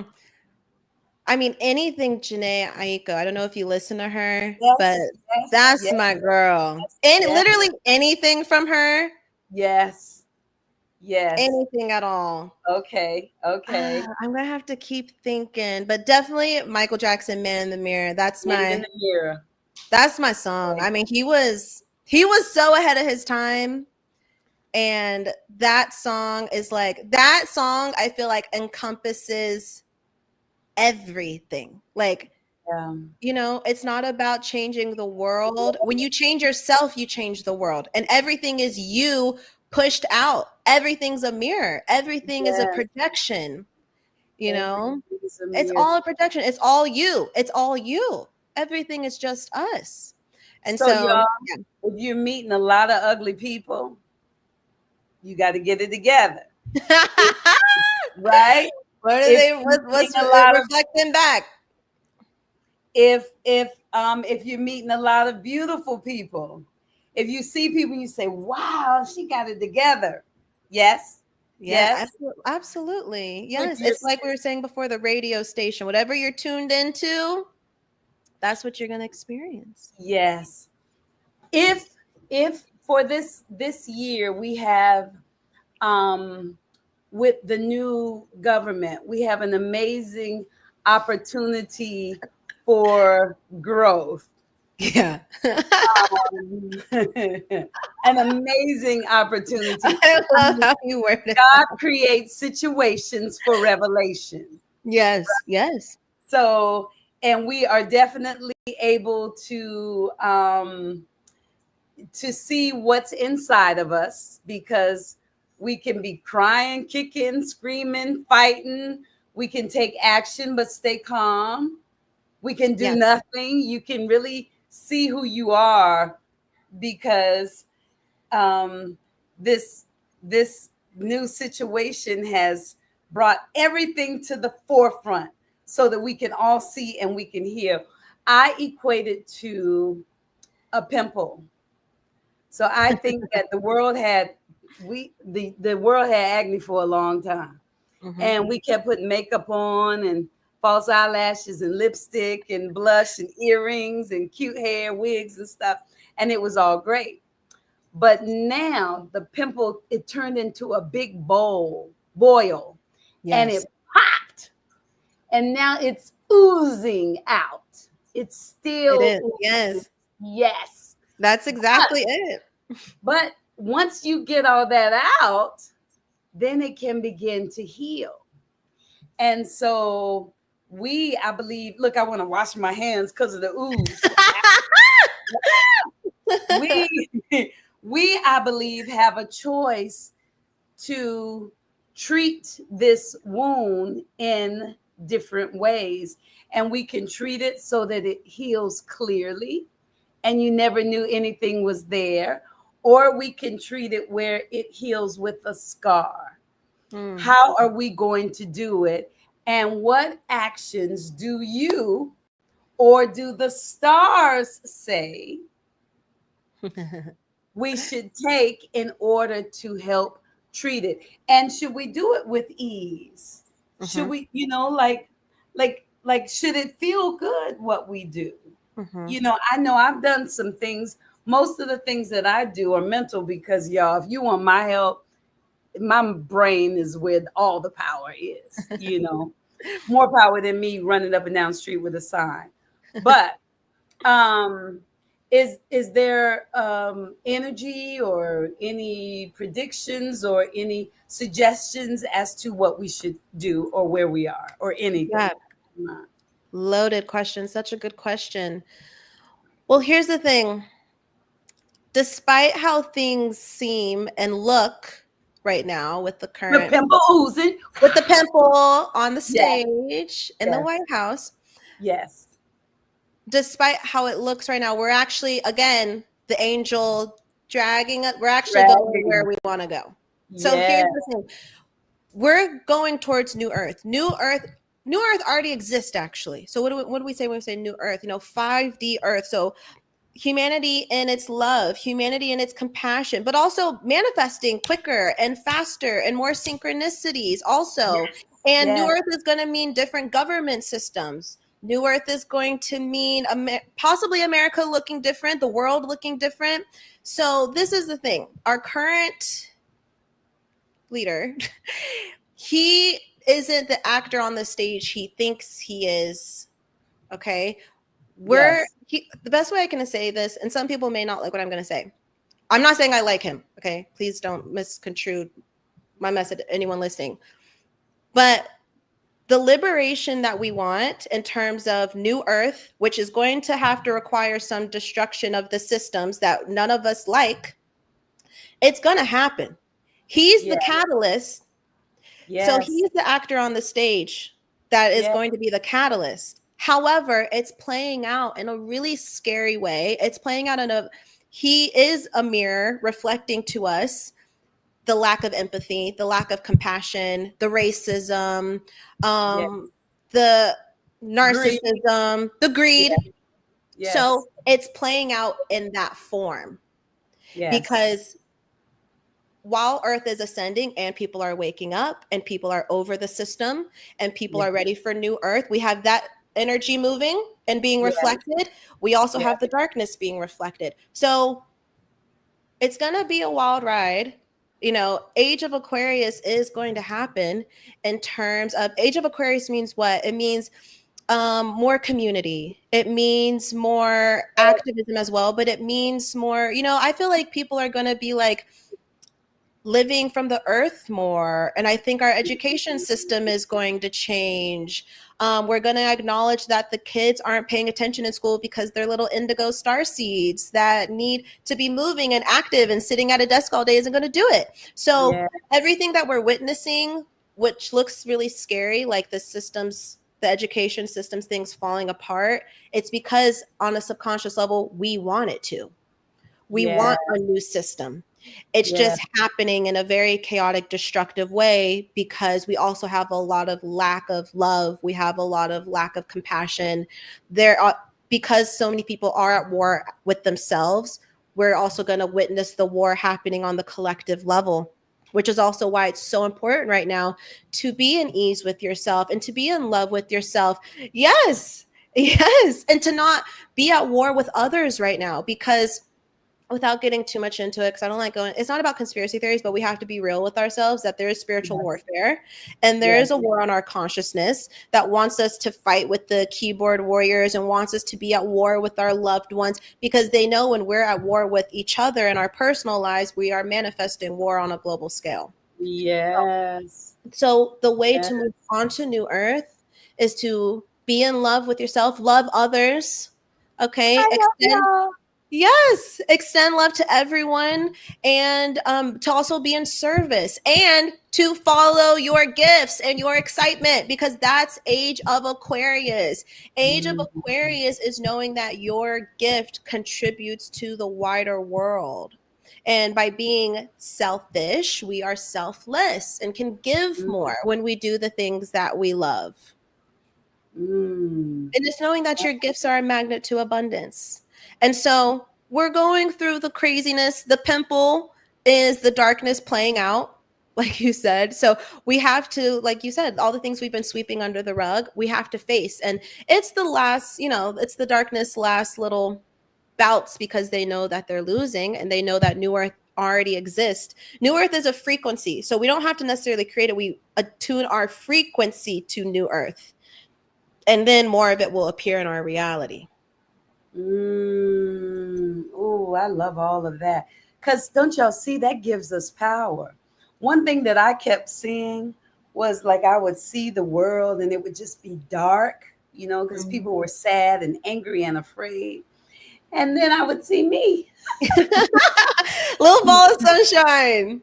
Yes. And so Yeah. it was like, I try to talk to people who have that connection. It's up to us to keep to keep the light going. Because if Yes. we turn off, then it's all really gonna be dark. It's not gonna be Absolutely. anything there. Mm, Yes. New Earth is a frequency. Oh, I was getting ready to say something else and I forgot what it was, but that's beautiful. You said so many Mm, good things, because it's true when we don't realize how powerful it is to be in your light or levity and joy. Because what happens is we bring more of that onto the planet Earth. And so that's the like rebalancing. And it also, when you understand these things, like even manifesting, when you understand the power of it and you place your conscious awareness on it, it makes it easier for everyone to manifest, because we're like feeding this energy together. And so yes. that's what it means to bring new light codes onto earth, where you embody your light or you sit in the sunlight and you feel levity. You're bringing it into the collective. And that's Earth's ascension. Mm, And that's why it's really important. It's important to hold that too, because there is a lot of collective fear and grief and sadness and yes. heaviness and Yes. suffering. And Yes. so we need to be in service to help those that are suffering. At the same time, that doesn't mean we need to suffer at either. And so, yeah, it's just this practice of, the other day, and I've heard a few practitioners, I think I was telling you there's a lot of spiritual like creators, practitioners, healers here in Austin. Austin is super, hippy dippy. Yes. And everyone was kind of saying like the past week or so, they realized that they were like they didn't feel like themselves, and I was kind of feeling too. I'm like, I just don't feel like myself. Like, why am I feeling this weird funk? And Mhm. then after like sitting in meditation, I'm like, this is collective energy. This is the collective Mhm. grief and anxiety. And Mhm. again, that's why spiritual hygiene is so important. So when you're an intuitive and you're so connected to everyone, you can Yes. unknowingly pick up the heaviness of the entire collective. And so Yes. that's why it is so important to be in your joy and your happiness, and to be selfish so you can be selfless. Yes. Yes. Oh, back when I was younger, I didn't understand what was happening. And on top of that, I was a people pleaser. And if I walked into a room and felt sad, they would say, "Well, what's wrong?" And I would make up something. Oh, I just don't feel well, or I don't know, I'm feeling like I'm coming down with something. When it wasn't that, it was just I got sad when I walked in here, and I don't know why I got, and I didn't know that it wasn't me. Aw, I right. just knew I was sad. Yeah. What can my daughter is, y'all don't repeat this because she would not want me to say this on YouTube, but a friend of mine feels energy too. She's also a mental projector, and she's younger. And I've been trying different ways of getting her to protect herself. Do you have any suggestions? Mm-hmm. I tell her to imagine a clear white light, Yes. around her where she can send energy out, but she can't take in Mm-hmm. the energy that's coming. Yeah. It's a practice of, it's definitely, that's a great practice. I would say that. I would recommend something like that, like visualizing light, definitely. Also, a lot of times, and this is for those of us who people pleased when we were younger, I definitely did. Where or when you're made to shrink yourself or diminish yourself, which All most of women, that. especially Black women, Yep. are made to do, Yep. especially when we're younger. What I've learned is, and I want to attribute this to Erin Lyons because I've learned this from her, but she says radiate more. So radiate more of your divinity. Don't shrink, radiate. The whole purpose is that you are supposed to reflect back to people the truth of who they are. So radiate your divinity, radiate your divine femininity, reflect back love, reflect back joy, because you're mirroring to them the true essence of them. And so instead of Wow. shrinking, radiate. So I tell myself, you can practice, when you're like at the grocery store and you maybe feel like people are looking at you or you feel like weird energy. It's like, no, I'm going to radiate who the fuck I am. Radiant. Not out of ego, but out of Right. divinity and out of, I know who the fuck I am, and out Right. of your sovereignty and out of being in service because you're Right. showing them who they are. That's the absolute best, out of being in service. Because if I know that me letting my full self out is helping somebody, even if it's helping them see that they're angry, Yeah. it's like, Yeah. yes. Oh, I Yeah, love even that. if it triggers them, it's for their benefit. It's for their And it benefit. lined up that way. That's how divine orchestration works. Mm. Mm. One time I was in a relationship with a guy, and it had gotten to the point where it wasn't for my highest divine good, but Yeah. I did not want to hurt his feelings. Oh. And the way the healer got me to leave was she said, Tangie, you're killing both of you. Mm. You're killing you and you're killing him because your contract is over. And the longer you stay, the more you'll both die. Mm. I said, oh. So then it was like my duty to leave Right. and let It's for his go. betterment. It's for the betterment of everyone. So good. Mm, That's really, really good. Yeah. wow. And then with the light codes, you talked about the light codes. That's something that I've never worked on, but I want to bring some light codes in. So I will sit outside, I Yeah. take off my shoes and I'm out in the sun sitting. But is there something that I should be doing at the same time? Should I be consciously thinking that I'm letting in light codes, or is it just enough to ride around with the top off the car? I want to say both are totally valid. Like for me, the most healing thing that I love to do when I know I'm in a funk or need to uplift my spirit or energy is to ride in the car with the windows down and blast music. Yes, Like yes, is the best. That is yes, the best. yes, I love it. It's like, yeah, let me go around the block again and put that song on repeat. Like yes, that is yes, the best. And so yes.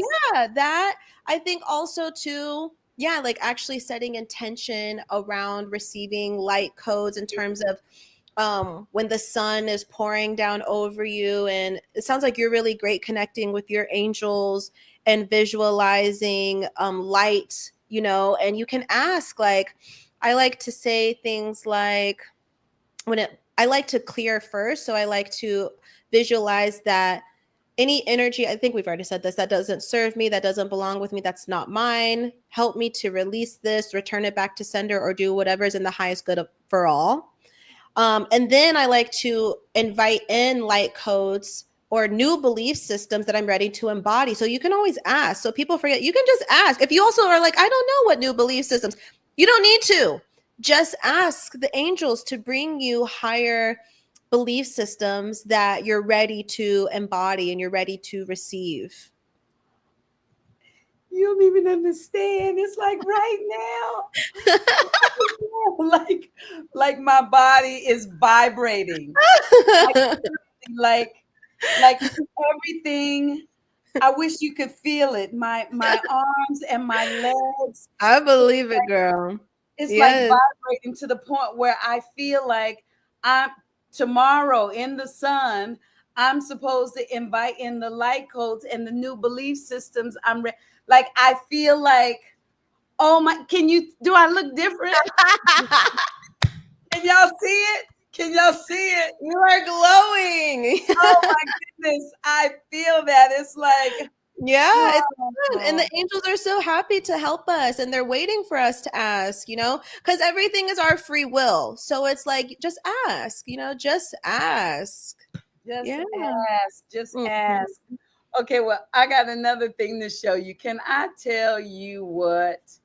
I got to make sure it's the right one. I grew up, my family is Pentecostal and from North Carolina, my mother's side. No cussing, no drinking, no talking about people, no makeup, no cleavage out, no short skirts, no whole bunch of stuff, right? No dancing. But they love me and I'm strange, right? And then my daddy's side is from New Orleans. They love the Lord too, but they party and they cuss and they wear little cute dresses. You know, my mother was the bridge between them. I love to hear people cuss. It's like music, you know, especially if they're saying something, not just cussing, just to cuss. Right. Not cursing. I don't like cursing, but I like cussing.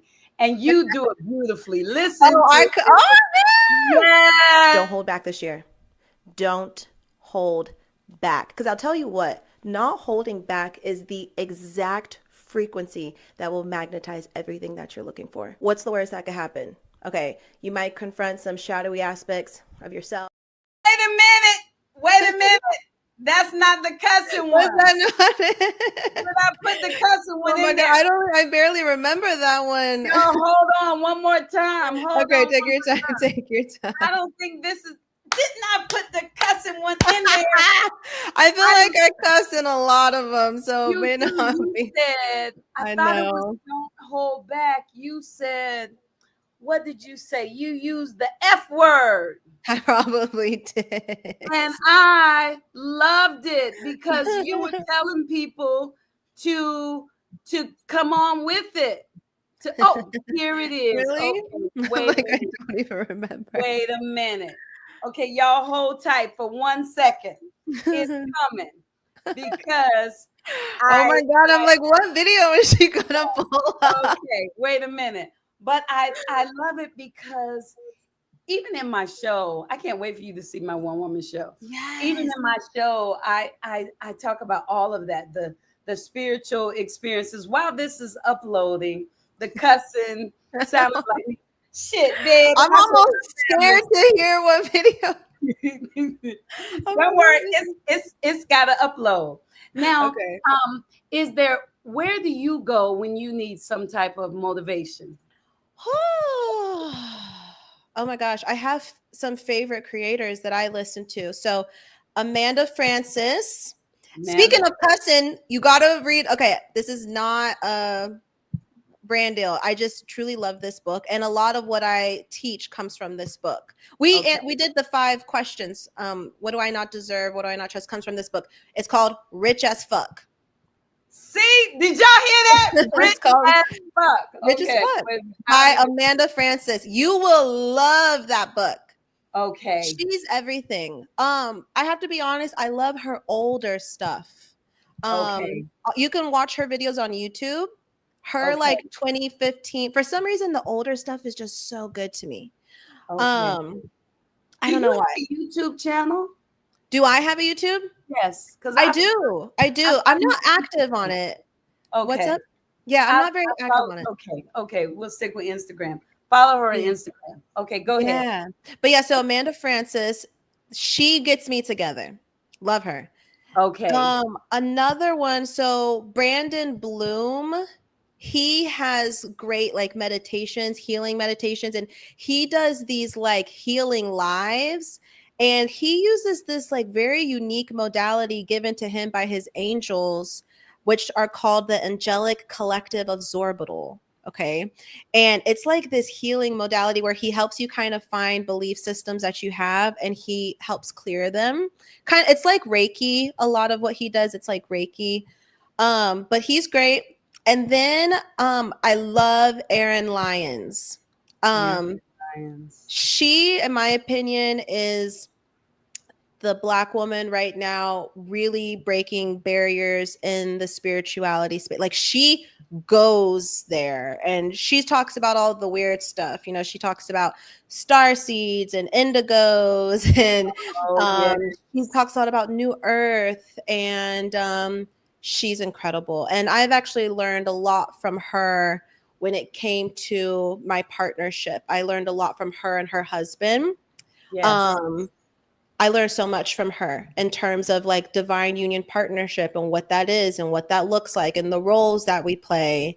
You know, I learned divine feminines are the leaders and the divine masculines then protect and provide for the vision that the divine feminine has. And that's like how the universe was born. First was the divine feminine energy came first, and then she created the divine masculine to help her. So everything we've been taught is totally backwards. You know, over, which is what they're kind of trying to do right now. Exactly. Oh yeah, and we're being rebirthed. So yeah, so she's great because she does a lot of manifesting quantum jumping stuff. She also does a lot of other beautiful, she's really good about talking about love and partnerships as well. She talks about everything. She's amazing. And then probably my last inspiration, I love Thich Nhat Hanh, who's a Buddhist monk. He's passed. But yeah, he just kind of grounds me. And his story is really beautiful because he was a refugee from Vietnam. And he later moved to France and made a garden. And he still has a monastery there. And Zen Buddhism is all about being present and the now moment. And that really helps me because manifestation can become, if you're not careful, it can become like, I need to manifest, I need to get this thing. And you're not actually being present and the mindfulness, the juiciness of right now. And Abraham Hicks kind of goes there too, because she talks about what you're actually looking for from your manifestations. That you're looking for fun, you're looking for freedom. So why not feel it now? And that just so happens to be the thing that will bring the manifestation. Yeah, Thich Nhat Hanh is probably one of my huge inspirations. He has a book that changed my life called No Mud, No Lotus. And that No Mud, No Lotus. Wow. I have never thought about it like that because the lotus does need to seed and to blossom. Yes. But I've never thought about, I've always seen it where like, I'm like a lotus, I blossom and, but I never thought I need the mud. Yes. Incredible book. And it's a fairly small book. Like you can read it in a weekend. But yeah, life-changing book. He is everything. So He's, the GOAT. He's the GOAT for real. No Mud, No Lotus, life-changing book. Can we take a pause before I show this Yes. video? And I just Yes. say how much I love you. I love you, Oh my Tangie. Oh my gosh. 'Cause you're Aw. like, I know you in so many different ways, and then I don't. But from our personal conversations, from being a cosmic baddie, from following Aw. you, talking to you now, and the fact that you share, Aw. like, like, like, like, like, like I love all my sister friends to be beautiful because then we're all a bunch of flowers. But Exactly. everybody doesn't. Yeah. You know what I mean? I like for everybody to hold their own because that means that I can really shine if Yes. everybody is, being their best selves. And Yes. you do too, Oh, all thank the way you. down to the core. And I just think that's beautiful. And y'all, I want y'all to know that before you watch this video. You ready? Here I'm we scared. go. The quantum jump happens when you shut the fuck up about the way things used to be. Never used to work out for you before? Doesn't matter. Never used to receive before? Doesn't matter. Okay? No victim stories. No, this is not spiritual bypassing. There's a time and a place for shadow work. If y'all have been with me, I have done tons of shadow work, specifically ancestral trauma. But then there came a point where I said, I'm done telling those stories. I'm done recreating those narratives. And every time my ego tries to come back and tell me the way things used to be, I say, girl, shut the fuck up. You have to promise telling yourself to shut the fuck up. Sounds crazy, but that's the level of delusion you have to be if you really want to be on that new timeline. What is the new story? What is the new narrative? Who are you now? Doesn't matter who you were yesterday. Doesn't even matter who you were 30 seconds ago. Shut the fuck up.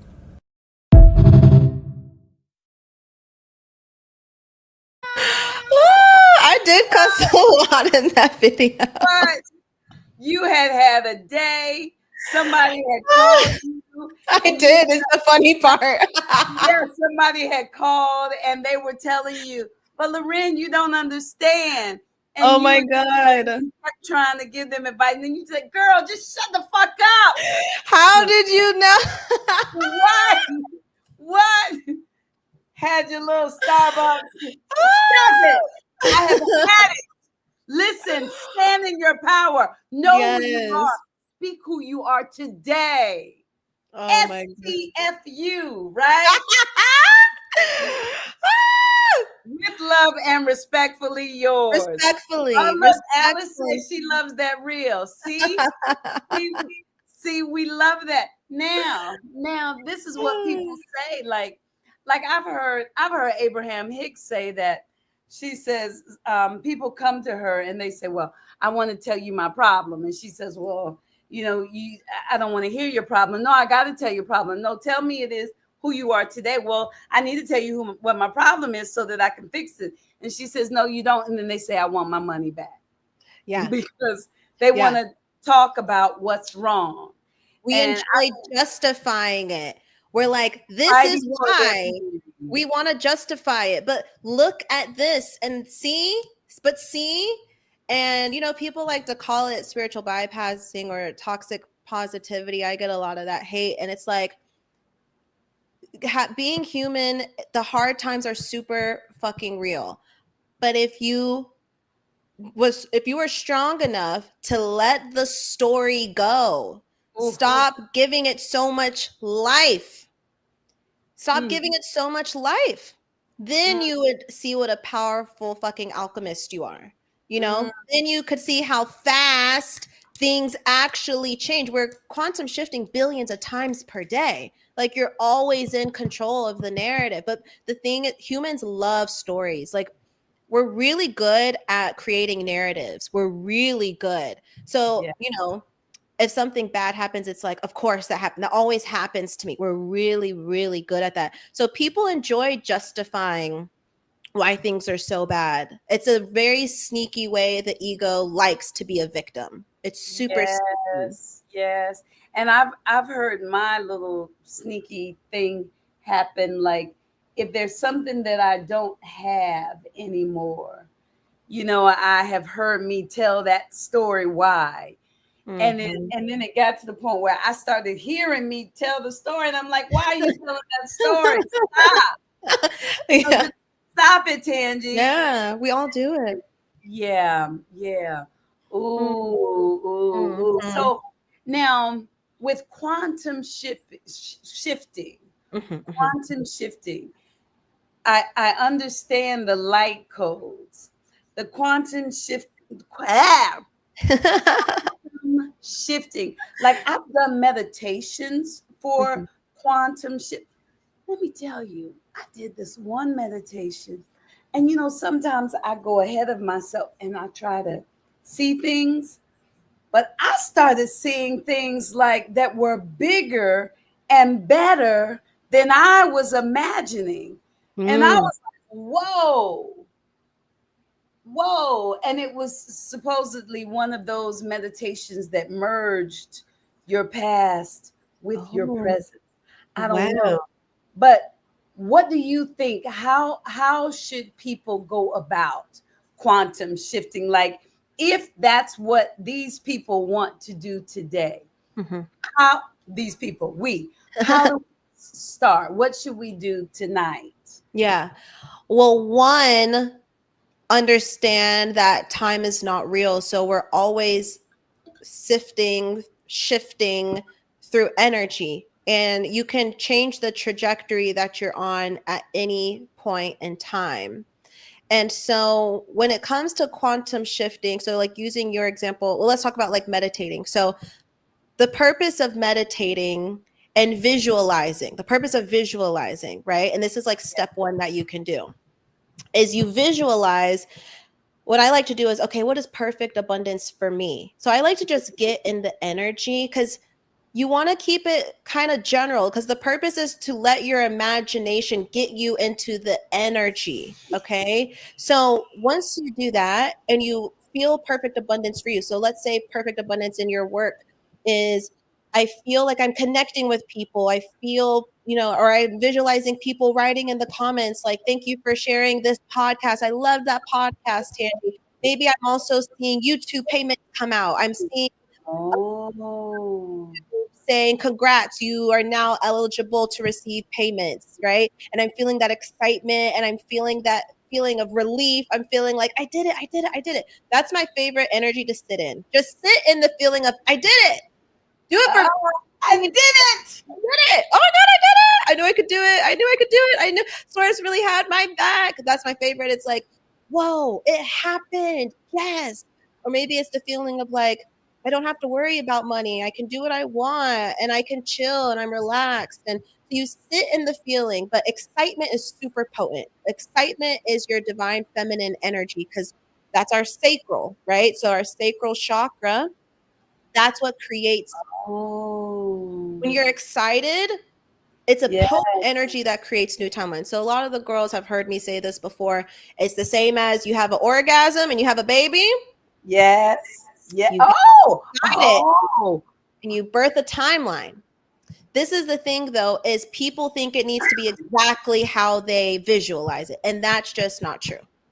That now you're insisting on the outcome. Now you're like, you're like, I've been visualizing an email. Why didn't it happen? Well, maybe because your higher self wants you to meet a person at a gas station because you're the Mm. perfect person to talk to this person too, so you've got to let go. So get in the energy, be super excited and tap into your heart. Your heart is quantum technology. Our heart is so powerful. It sends electromagnetic energy 3 to 5 feet in front of us. It's more powerful than our brain. So I like to feel it in my heart and I'm like, oh, I'm so thankful and I'm so excited. And then you let it go. Okay. You don't insist. This is where people get tripped up. Now they're like checking their email every single day and then they start to stress because they don't see it. Okay. The version of you who has it isn't like freaking out checking their email. They're chilling. So you need to Mm. chill. You need to chill. Stay Mm. relaxed. Stay Mm. relaxed. Stay calm. Because the version of you who's thriving with them, she's not worried. She's calm. So then you stay calm, and then you just match your actions to the version of you who already has it. So what I used to do too, like before, I remember my schedule, my calendar used to be empty, no bookings, no clients. And I would just visualize that it was booked. I would visualize that I was getting payments. And then I would also visualize, what is that version of me doing? So that version of me, I see her posting on TikTok. I see her writing emails. I see her writing newsletters. So then I show up in that way. And then allow, the next step is, once you show up, so that's our masculine, that's, consistent, disciplined, doing what you need to do. Then lean back. So I signal to myself, I like to put my phone on do not disturb, have me a little like chilled, have a glass of wine, give you a little spiritual bath, journal, get off all the noise. There's so much noise online. Lean back and allow it to come to you in the way that's highest and best for you. So again, quantum shifting is you become the version of you that already has it. So again, the version of you who has it is not stressing. They're chill. They're showing up the way that they're supposed to. And then they're in receiving mode. So receiving mode is receiving ideas for your podcasts. It's, receiving eventually notifications that you can get paid from your YouTube, and you'll do it. Keep going. But so that's quantum shifting, is what I like to think of it as, is you're visualizing that version of you, but you're feeling the emotions, because emotions are what send signals into the quantum field. They carry energy. They are wavelengths of energy. So Abraham Hicks says this all the time. You don't need to feel good all the time, but you need to feel good most of the time. Most of the time. If you feel bad, you should only do it for 17 seconds, right? I mean, listen, we're women, at least for me, when my time of the month is coming, I can be a grumpy little bitch. I'm not even going to lie to you. It's like, but I give myself grace. Going back to what I said earlier, I tell myself, just let yourself be replenished. Take a chill pill, relax. And when you've done so much work on yourself, when you know what your dominant truth is. So if your dominant truth is that it will work out for me, it's okay to have a bad day. It's what is your dominant truth? That's what matters. That's what matters more than anything else. Okay. I think I'm there for my dominant truth. I think you are. I think you think so? Absolutely. Absolutely. Yeah. And now we watch it work out. And you're already doing it. For me, if I could do anything, it would be to just fly around and bless people, make them happy, hug them, tell them what I love, share what I know.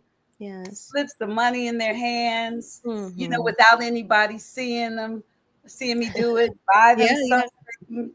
I would just want to just sprinkle a little sunshine. Oh, you are the sweetest. That's what I would. That's so beautiful. So I saw on your website that you are going to be on this retreat. Yes. This retreat, though, oh my goodness, you correct me if I'm wrong, but I have never seen a retreat like this before. First of all, they're really blessed to have you, but I need to go on the retreat. Is that clear in that the retreat is for people who are interested in relocating? Yes. Yeah. So that's one of the options. So my co-host Diamond, this is really her retreat. I'm there to just help her with fun little activities and things we're going to be doing. But not to stress, because you are again pretty amazing, because with you there is a possibility of you talking to them about their astrology. Yes. Should you move later? Yeah, we're going to be doing readings. There's a possibility for meditation. There's a possibility. They can ask you questions. Y'all aren't asking questions, but they can ask you questions. I mean, like, Oh my goodness. I would go on a retreat just to be with you. So Oh, thank that you. diamond is that's extra diamond. So go ahead. Yeah, so Diamond is a relocation expert. So she actually, the story is pretty funny. So she got a reading from me years ago asking like, should I've been thinking about moving. I'm like, well, I see it in your chart. It would be a good time for you to move right now. And so she moved to Mexico with her little girl, and she's a real estate agent there. And so she helps people who are like ready to just make the jump and create a life abroad and honestly like live the dream, like live by the beach and away from all the noise we've got here in America, and just Yeah. live like this really peaceful life. But she helps people with the actual process in terms of like getting a visa, finding a home, all the like bureaucratic annoying stuff. She kind of helps with that process. But yeah, that's one option. It's not the only option. If other people are interested and aren't looking to have that, we have an option of just coming to hang out with us. We're going to be doing a manifestation ritual, light gritting, which is like grounding light into the ground of Mother Earth.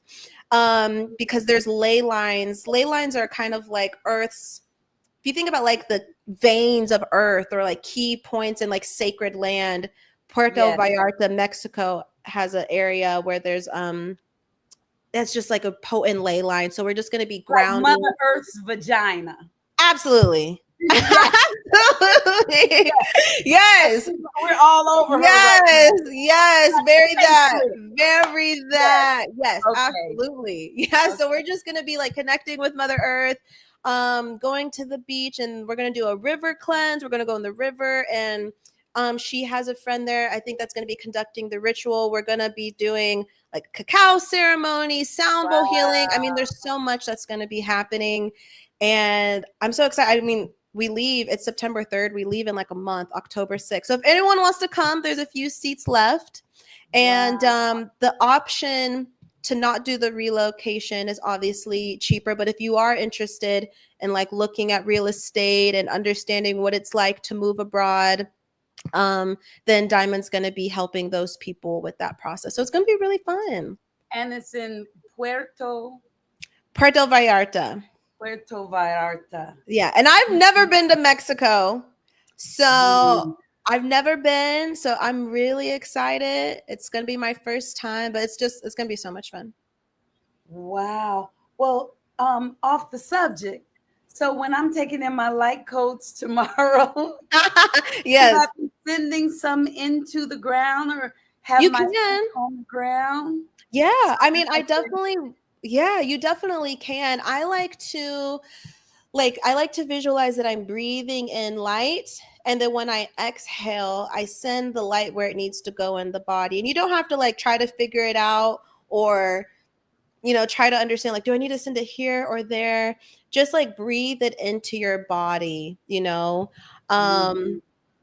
So yeah, there's that. And then after, I mean, I do recommend grounding for sure. So there's a few ways you can do this. So I like to imagine that there's roots growing from like my feet and my butt, my root chakra.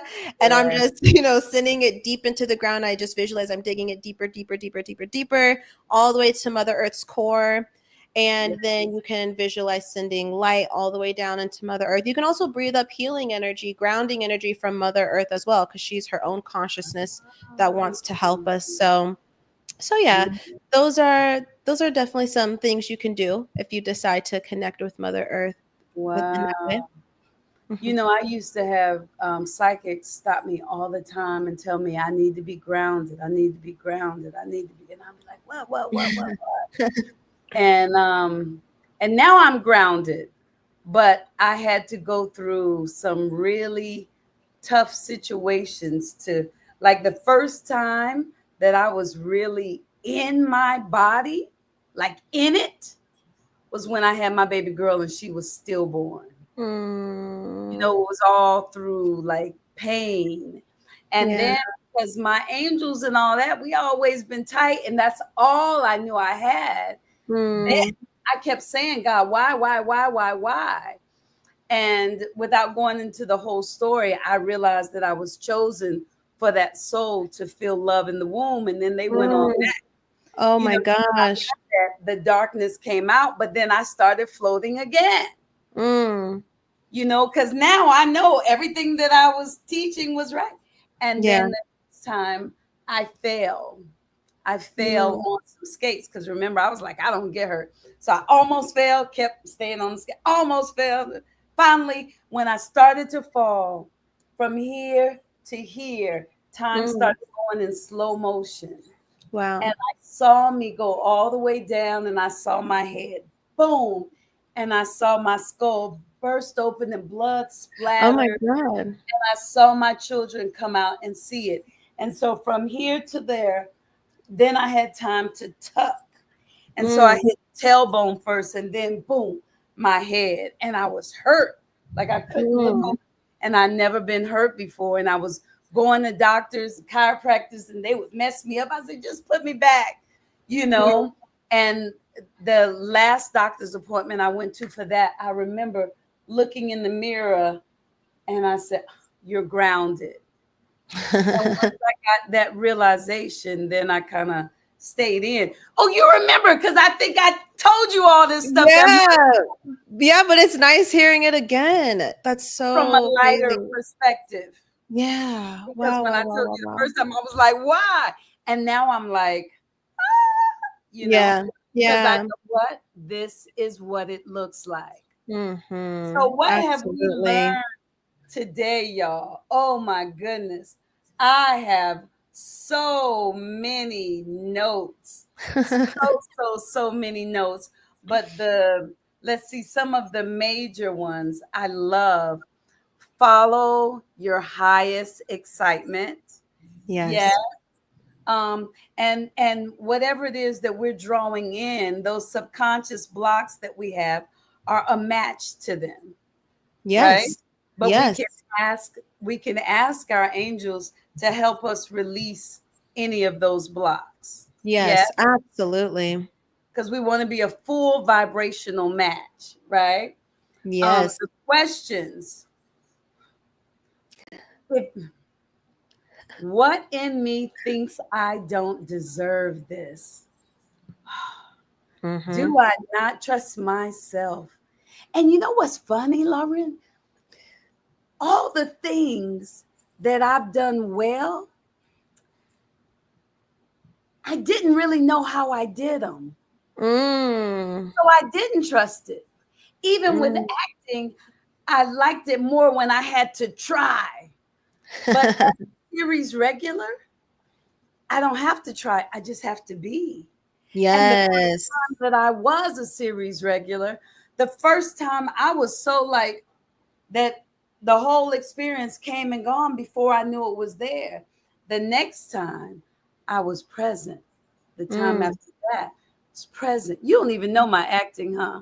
You've You've told never, me a little bit. You've told but me a you've little bit. never seen any of my. Yeah. That's correct. Y'all should have my credits. You next time you need to play a video of you. You need to put some videos of you up acting. Okay, That's okay. what we need to Oh no, see. okay, I could do that. I could do Yes. some videos of mine. You gotta go to the reel real quick. And I should be comfortable doing that because I trust me and I value me. So that Yes. shouldn't be a big deal, huh? Yeah, why not? I Because want to I see would it. feel like that's me bragging. That's It's me. all about your intention behind it. You Oh, know, it's all about your intention, your energy behind it. You know that you're not like showing off. right, You know, right, it's just like right. showing the people. It's like, you guys may not have seen my acting days. I'm gonna just show y'all real quick a I clip of like my it. acting days. I I like mean, it. I want to see it, so I think it would be cool. But y'all tell me in the comments if I'm Tell, wrong. tell I me in think the it would be. comments if you want to see, Yes, any of my TV film. I History. definitely do. Okay. So here we go. Do I have a fear that my success will make other people not like me? Hmm. Or do I think I won't like it? Because one time I asked myself, what rich people did I admire? I Mm, couldn't find any. I said, oh, Tangie, that's some issues. Now I have some. Okay. And they're mostly people that are giving and helping, like the man Yes. who's like putting money in people's pockets, or the guy who has the restaurant and he's feeding people for free. Yeah. Or, it's a lot of stuff like that. But shoot, even if they're not saving the world monetarily, if they're a good person and Yes. I can handle it. Absolutely. Okay, what in me thinks that it will be hard, that I won't be able to do it? Do I trust the universe to carry me through? Did I get the 5 questions right? Because I wrote down 7. Oh, Shar said she's seen you in things. Yay, Oh my God. Yay, Shar. That is so cool. Shar, what did you see her in? Yay, Shar. That's amazing. So some of the things, look, these are some of the things. Should I wait for Shar or should I listen? I want to know. Some of the things that I've done or what she's seen me in. Some of the things that I've Tell me I've some done. of the things you've done. From way back, I've got The Hookup, the Jerry Springer movie, Thin Line Between Love and Hate, CSI, The Mentalist, Townies, Jamie Foxx Show, Martin. What? Jamie Foxx Show? I mean, like Jackie Brown, Jackie's Back. It's like I should take a list of my credits and we need like a reel of all the things. Let me see. That is so cool. I was just watching the Jamie Foxx show the other day. Yep, I did that show. I've done let's see I've done a lot. That's amazing. I've done a lot. I've really been pretty blessed. Look, let's see. Look at that. That's me, IMDb. That's me, IMDb. Wow. But wait a minute. Let me see. Watch this. Watch this. Oh my God. Now this is an exercise because I'm supposed to be embracing myself. So yes, girl. Let's see. These are some shows. Oh wait, hit play. Oh, hit play for something quick or something. Here's a quick one, I think. Okay. Let me see. Oh, you can't. Wow. Oh my God, Tangie. Oh, wait a minute. Why can't we hear? Okay. Shar said, I remember you from It's a Thin Line. Y'all heard him, folks. Save yourself the trouble because I got a winning ticket right here. Oh my God. You have the most like infectious energy. Really? You're just like, I should have put my reel. I should keep my reel. Yes, you need to. We are missing out. 911, what's your emergency? No, I got this. You don't have to sign a thing. Take a swing at me for all I care. I like that, actually. I'd like to see this entire office pin your cheek to the cold, hard floor. And before you can get up from under my shoe, your deal's blown and you're locked up where no one can protect your sorry ass. So please, Miss Owens, I'm begging you. Don't sign. I swear on the Bible. Wait, you are such a good actress. I ain't doing nothing wrong. What are you doing in the alley? Looking for my kitty. She's lost. What's with all the blood? Oh, don't take that tone with me, Blondie. This is the blood innocent Samaritan. Oh, yeah, we got a special on some. Hey, I gotta work tonight, so here's the straight. I was in the alley with my boyfriend. It's me, Angela. Angela, where have you been? We've been looking for you. I'm scared, Mr. Russell. All right, Angela, I'm going to send a team over to you right now. No. Is that CSI? Mr. Russell, I don't trust anyone but you. Jesse was it. And that was from the first moment we met. And we were just friends, too. Wow. It took us 3 years to become anything more, but Jesse was my person. Oh, look at you. Why did I feel that one? How was that for? Detroit. Fair enough. How do I look like a cop? Oh, please, look like Cagney Lacey had a baby called her Pepper. He tells me you got a sweetheart, that little brunette. That is true. Don't screw with her, Patrick. try not to. I love him too. I forget his name. Yes. It's crazy that you acted with him. If that bothers you, because I do that a lot. Well, that's not really. And the scuttlebutt, that's a funny word, scuttlebutt, is you're having a problem finding someone who can get along with Mary Shannon. So I want to come back for a second interview with you and Mary. I don't see that happening. You're the chief inspector in this office, right? Yes, I am. Then you'll make it happen.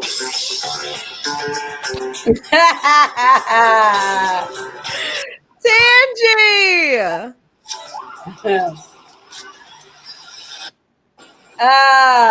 Is that it? Oh my God.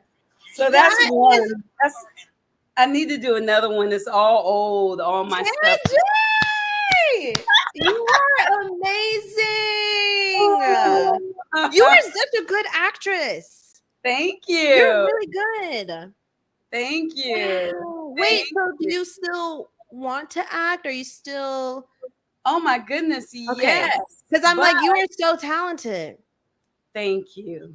Yes. But I had stopped. Remember when I was, I was like, does God not want me to do this anymore? Mm. Remember, because after my mother passed and then COVID Yeah. and then the strike, it just seemed like, Yeah. definitely. Yeah, but I do. And I'm at a point now where I'm like, do I need to leave my agent? But where do I go? I do. But I haven't had an audition. So you need to get back out there. I've been watching you. I'm like, my girl's a star. Shar said, I know you seemed familiar for some. I knew you seemed familiar for some reason. Your voice is very memorable. Thank you. Wow, Tangie. Shar. Oh Yeah. my gosh. Well, But it's, that's I think you need to get back out there because you are so talented. That is amazing. Thank you. I would love to. Is it in the stars for me? Now look, does my astrological sign say yes, Tangie? Get back out? Or does that even matter? It doesn't really, to be honest. What matters is, do you want to? Do you want? Because when you remember, I told you the guy came on and he said, "What's the most ease?" And I said, "Acting." Yeah, acting is my thing. I mean, I love it. It's fun. I love bringing these characters to life, and you're good at it. Thank you. And I'm good at it. And then when I do it, I can still do what I do. Yes. I think you should. Well, I do. The one thing I remember about your chart that I won't forget is look. You're like, I got it right here. Yes. Okay. Zoom into the top portion.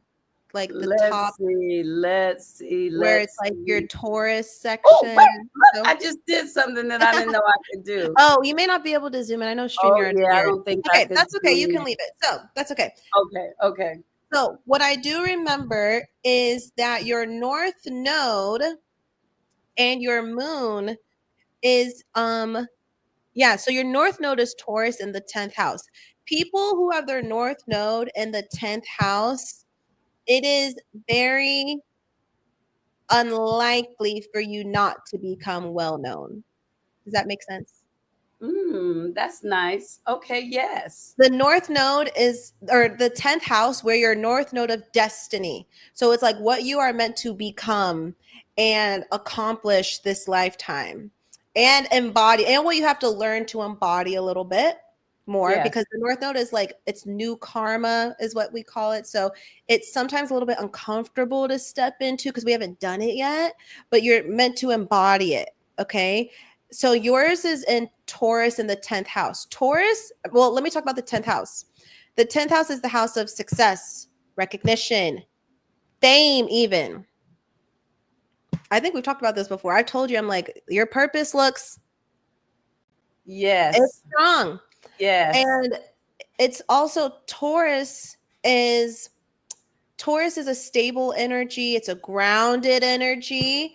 And since your South Node, it makes sense how you said like earlier in life, you weren't very grounded. That makes sense when I look at your chart because your South Node is in Scorpio, 4th house. So what that means is the South Node is like our energy that we bring with us from past lifetimes. It can be karmic. It can also just be like the energy that, how do I explain this?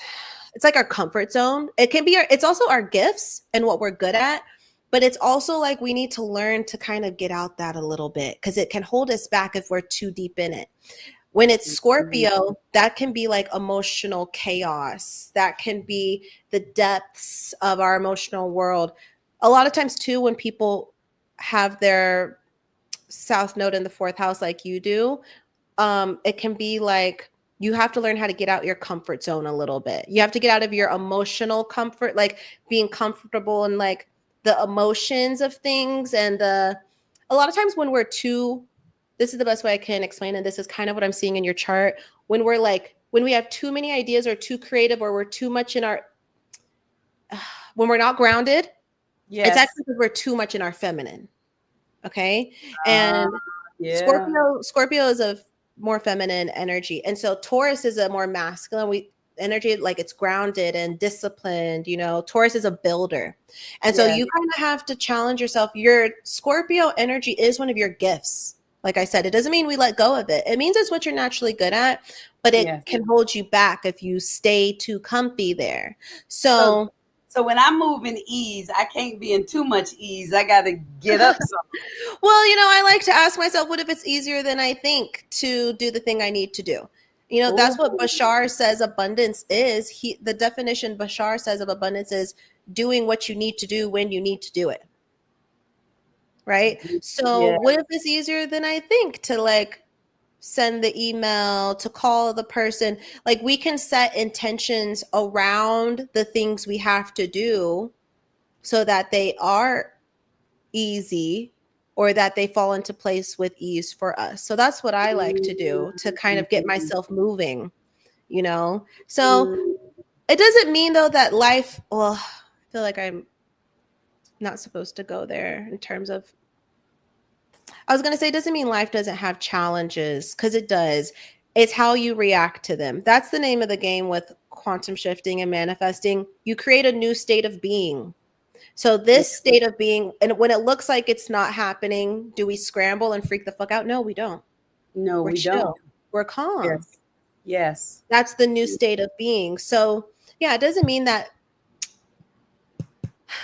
I used to say this all the time. Now I'm not sure if the exact words resonate, but I'll just say it. It doesn't mean necessarily bad things stop happening to us. I'm not saying that's going to happen to you. I'm just helping you keep in mind. It's like, it's all about how you react to life, your reaction. You know, there's another creator I love. His name is escaping me. I want to say Robert.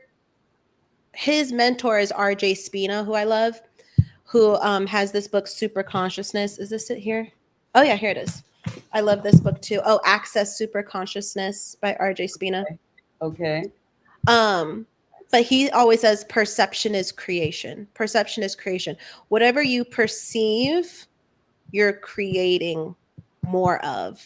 And remember, it goes back to what's the story you're going to tell, right? Yes. What's the story you're going to tell? But yes. Back to your chart, like I said, to me, anyone who has their North Node in the 10th house, that represents recognition and status. Okay. Yeah.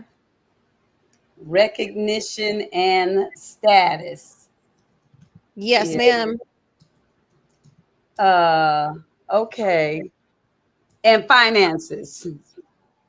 Yes, absolutely. Taurus is all about financial stability. Yes. It's all about financial stability. So you're going to do it. You're going to do it. Well, I like it. And I feel like the day that I was just like, I give up, I went to the dentist, and the dentist, it was a new dentist, and he just lost his mind because he knew my work.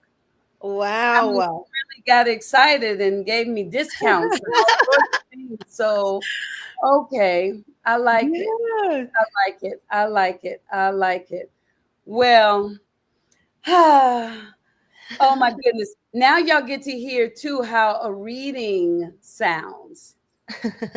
That's not a large one, but you see how she didn't say anything that was negative, but I still know that I have some challenges.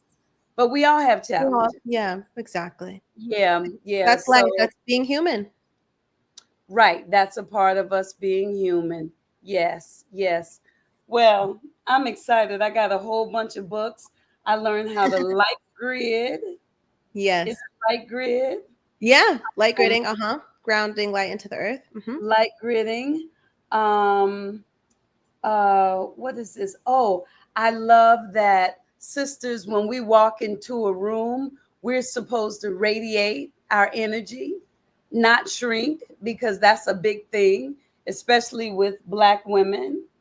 Um, I am I am supposed to sit in my feminine energy with ease, but when you explained how I have to take action to, because I can just ride the seat and like Oh yeah. angels handle. But also, if I am visualizing and meditating, then I'll be thinking properly, and then I can see the opportunities that come to me and know to act on them. I think Exactly. I feel it. Like a friend of mine called me and asked me to do a show in Atlanta recently. And I'm like, I want to do it, Yes. but I don't know how I'm going to do it. Hmm. But I'll be acting. Yes. Yes. I felt Okay. like Atlanta's like Black Hollywood, so Yes. Black Hollywood is that's right. the place to be acting. I hear. And You it know. is. It is like Black Hollywood. Oh, wait, but I got another video. Can I play another video? Yes. Let's see. You ready? Yeah. Don't say this unless you are ready to be paid to be you. And this is where we're going, you guys. Age of Aquarius, your gifts, your talents do manifest abundance. Money flows to me like water every day in every way. It feels so good to be paid while I rest. I receive payments daily for being myself. I am the frequency of wealth. My creativity is linked to my financial abundance. Every day I step into more financial stability. There is an infinite supply of abundance that flows to me now. I am worth millions. I can feel my financial success increasing daily. It's easier and easier for me to make money. I make money in my sleep with ease. It feels so good to be a prosperous being. My authentic self generates wealth.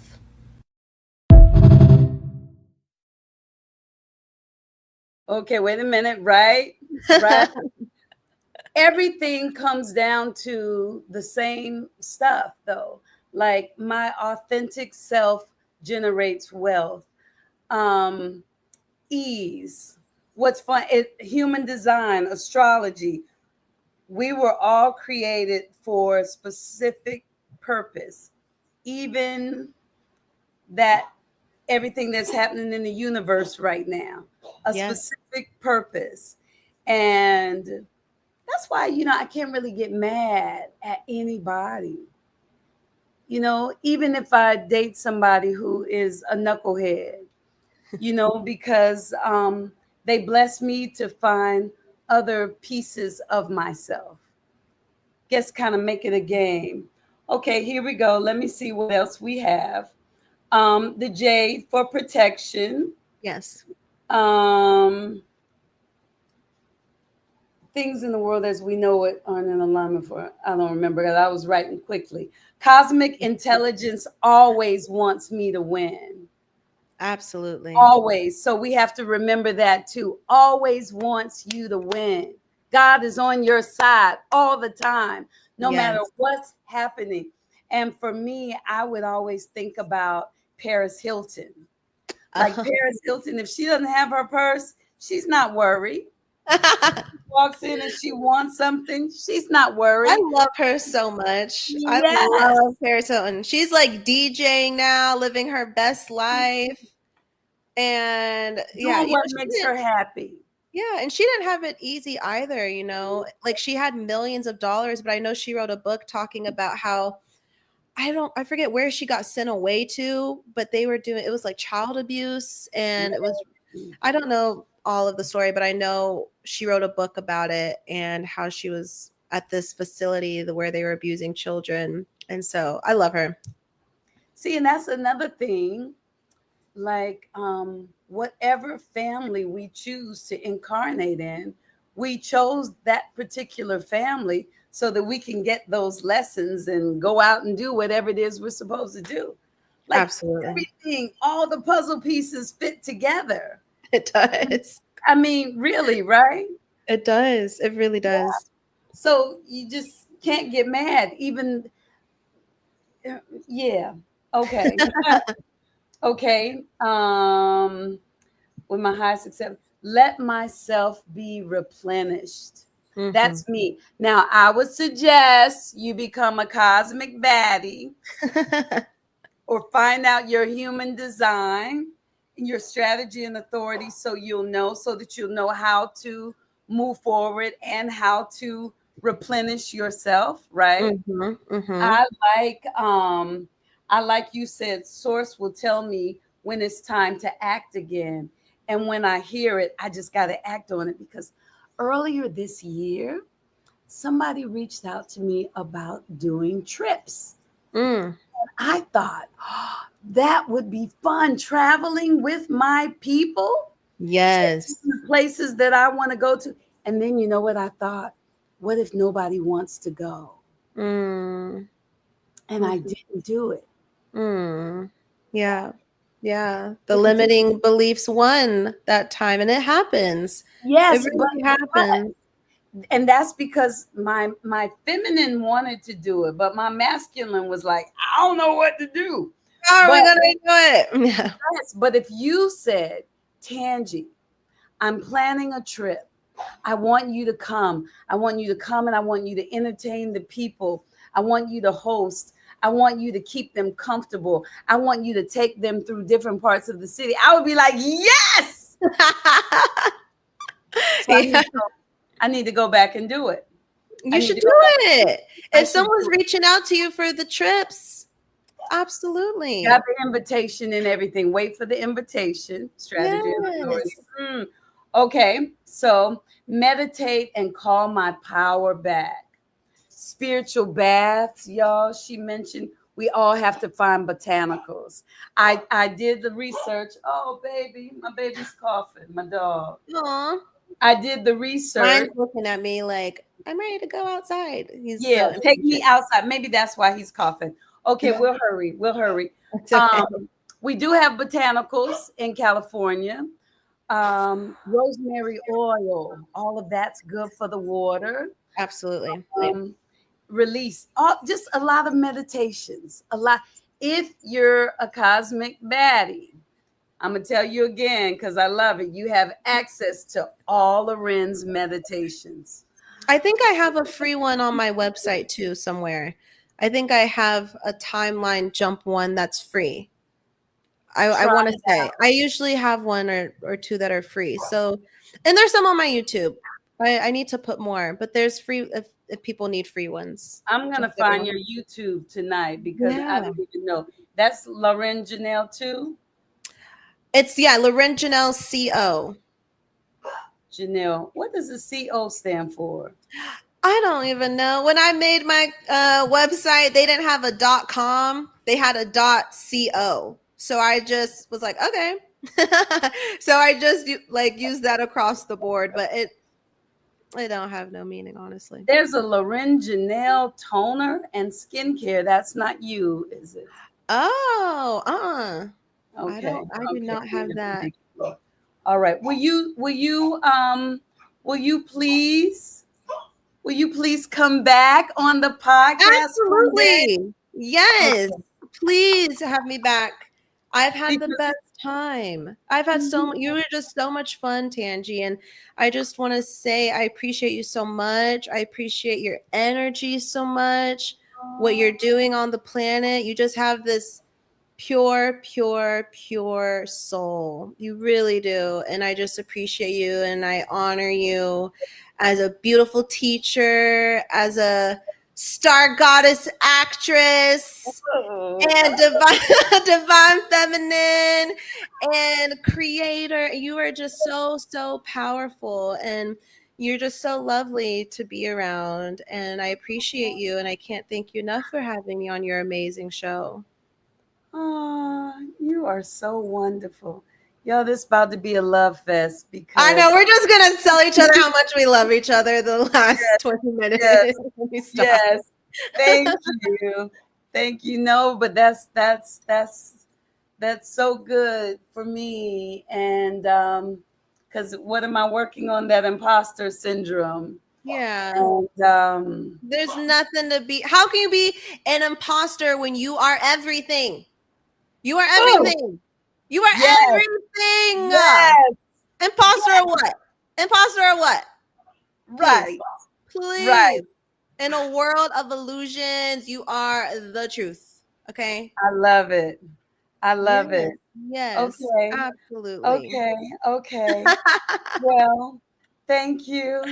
Thank you. Yes. Thank you. Thank you for everything. Thank you for explaining everything. Thank you for filling me up. Yeah. Um, I'm going to go and take a powerful spiritual bath. Yes, do I'm that. I did excited mine before I about that. jumped on the call. Yes. Do we think I should shave my hair down? It's growing. Should I I cut it? love it how it is. Like, keep it Okay. how it is. Okay. That's just me, though. That's So do just y'all me. think I should cut it down again What because do it's y'all think growing? in the chat? Yeah, To tell me me, it's perfect. just like this. But that's me. I feel like it's perfect. I love the color. I love the blonde. It looks so good on you. Like, you're radiating. What do y'all think in the chat? Yeah, Because that's y'all just tell me in me. the chat what you think, please. And I wonder if that's why Spirit told me to cut it off because I felt cute with my locks. Yeah. But with my hair short, I feel like a woman, a beautiful Yes. woman. And I find that probably because my neck is 58 and I don't want to look like this. I walk. You're like a little bit more like the. Yes, It makes yes, you stand up a little bit better yes, posture. yes, yes, Well, you yes. look So, incredible. You look okay. so good. And you I mean, 58 is young, but you have a youthful energy. You have a youthful energy. But that's that Leo rising. Y'all are the inner children. You Okay. know, you have the Yes. inner Yes. child radiance. Ooh, Leo rising, Gemini Mhm. sun, and Taurus moon. Mhm. Um, Yeah, that's that Taurus moon that wants to just chill. Shar, I love you. She's She the says, sweetest. yes, your voice is very memorable. You look amazing. Hair is perfect. Yes. Thank you. Thank you. Thank you. Thank you. Now, one thing that I found, you're awesome, Shar. One thing that I found is I had a few people tell me before that when they logged in through my link on Instagram, they weren't able to comment. Oh. Isn't that interesting? But when they went through YouTube, then they were able to comment. But that might be so. But usually, even if you go from Instagram, I feel like it has an option where you can choose to like open in YouTube. Oh, that's probably the kicker. That's what What? I usually do because I don't even like seeing it just in the Instagram. I just like to be on the YouTube app if I'm gonna watch YouTube live. Yes. But that may be why. That may be why telling the people to open the YouTube, because I find after it, people call me and they say, "Oh, Tangie, da da da." And I'm like, "I didn't say," But thank you all for tuning in. I see you have a tattoo. What is it? Oh, this is a diamond. I got it when I was like 18. I forget it's even there. Um, I got it when I was like 18 years old, and I wish I could say it has tons of meaning, but I was drunk and it was my birthday. And I yes, was like, I think I want a diamond. yes. When I was 16, my mother, I'm sorry, y'all, I'm gonna get off. I'll get off before 9 o'clock, I promise. When I was 16, my mother got a butterfly on her stomach. Her friend was going through the time of life. My mother got a butterfly, and I was like, you can't have a butterfly, and you old, and I don't have something. I want a tattoo. So I went and I got a tattoo. And while I was getting it, she was saying, it hurts, doesn't it? See, this is what it feels like to have a baby, but worse, Tangie. But she let Oh my God. it's a rose. And I ain't had nothing to do with a rose. But guess what? I changed it to, when I kind of started to come into myself, a lotus. I have a lotus flower tattoo too. What? I swear it's on my foot. I'm not gonna show you on my feet because my feet are looking busted right now. Gotta get a pedicure. And you know what's so funny? My boyfriend, he's out of town. He was just texting me about it. He was like, wait, you have a lotus flower tattoo, right? He's thinking about getting a lotus. But that's so funny because it's a lotus flower on my foot. I'll have to send you. Wait, where's your lotus flower? There it goes. Oh, that's pretty. That's cute. What was it? No mud. No mud, no lotus. No mud, no lotus. No mud. So from now on, this tattoo will remind me that every so often I need a little mud. And guess what? I like to play in the mud. Exactly. I like to play in the mud. And I'm going to make it a point, y'all. Let's all try to make it a point to really have fun playing this game of life. Have fun surfing through our difficulties because they've really come to bless us, and life really is meant to be fun, right? Yeah. So, it's about I can't wait. It's so much I'm going to do tonight and tomorrow, girl. It's going to be amazing. They're going to be like, Tangie. One more question. Now, what about if I have some friends in my life that have been having a difficult time and continuously confess or like live poor? And it's not living poor, is not lack, because I've had lack. Living poor is here. Yeah. Because it's like you said about your mother, the people closest to you. My mother would say, what did my mother say? A prophet is without honor in their own home. That's you. A prophet is without honor in their own home. My mother used to say that. And so, wow.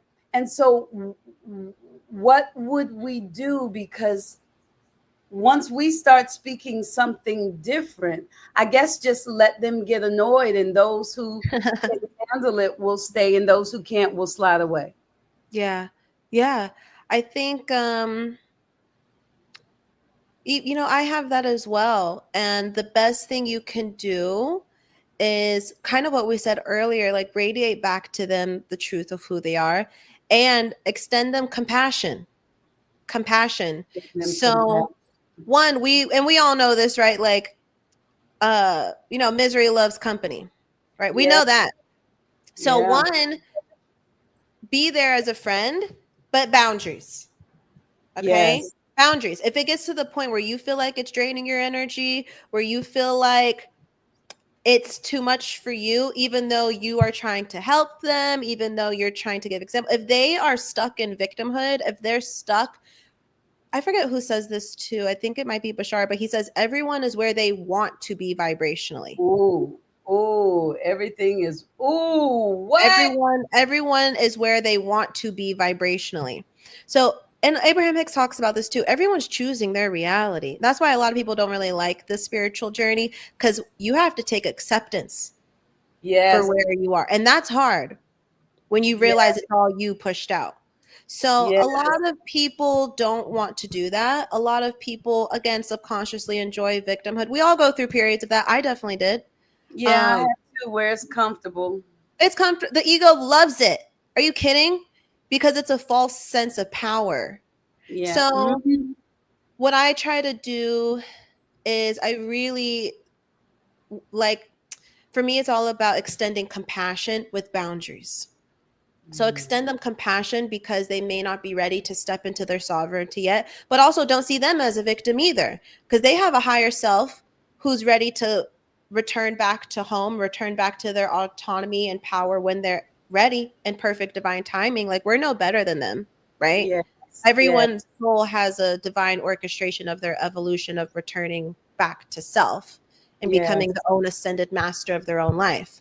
So don't see them as a victim. Compassion as much as you can, and then also boundaries. That's how I try to handle it. And then also boundaries. Okay, one more question for you. Are you ready? Yes. Here we go. Okay. If you had one message to give to the world, what would it be?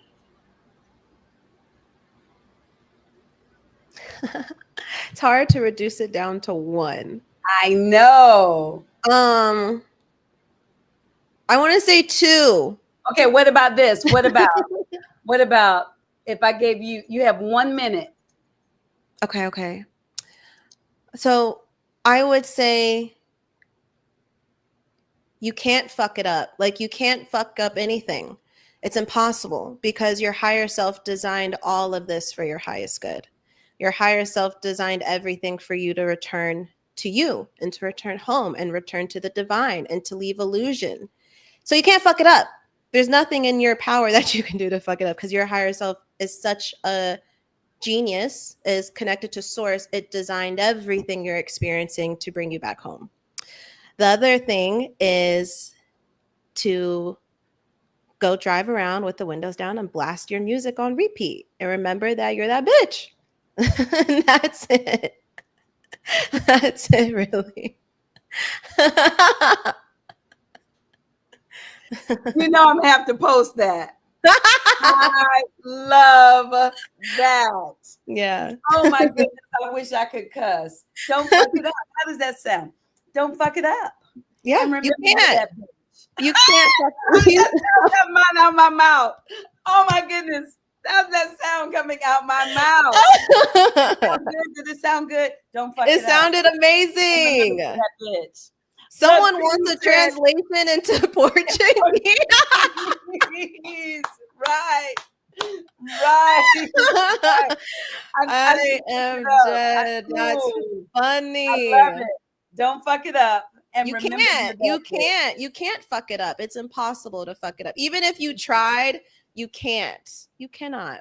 Because everything that's happening is supposed to happen. It's all in divine order. It was all divinely orchestrated by you. And we'll make it through faster if we just relax. Isn't that something? Crazy. It's all about getting out of your own way. All of it. Okay. Getting out of my own way. Me too. Cindy, I'm going to look up the Portuguese translation for that. Okay. I want to play this last video. I know that I started and I stopped it because it wasn't the one that I was looking for. But I love this video. So let me hit y'all with it and then I'll let the dog go to the bathroom. Here we go. Don't hold back this year.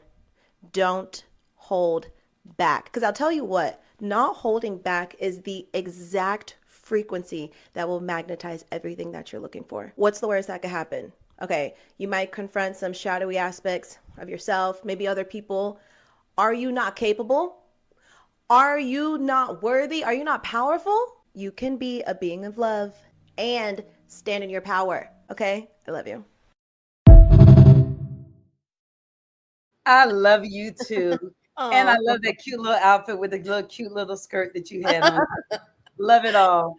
Oh, Thank my you. goodness. Oh, thank you, Tangie. And you This said has you been would come to everything.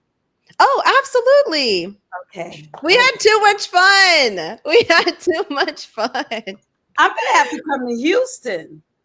Oh, yes, to Texas. You are welcome. I heard there's a lot of Black people there too. Oh, Houston, absolutely. Absolutely. Yes. We don't have a lot of them here. Well, I'm in Austin, remember? So I don't know. We're kind of in the same boat as LA. Okay. In all the LA people, but we can take a weekend trip to Houston. Yes. We can drive. Yes. Yeah, and do the podcast from the botanicals. Exactly. Are we naked in the tub? Why not? Why not? Yes! not? I love it. Absolutely. Okay. Yes. All right. Thank you, Loren. Thank you so much, Tangie. I love you so much. And I love am you. sending the heaven high pop. Oh, Tangie, you're not okay. Last thing. And then my dog is literally staring me down. Okay. I found a song. Actually, it came up on my Spotify and it's called Heaven High. Stop it. It's a song called Heaven High by Genevieve. What? She spells it differently. HBN. That's my license tag. Heaven High. Really? Oh Well, my goodness. Yeah, Oh. it came on my Spotify. It's just so funny how Spirit works because it came on my radio just a few days ago. And I was like, oh, I like this song. What is this song playing? And I looked at it. And it's called Heaven High. No. I love this artist. She's great. Her name's Genevieve. But yeah.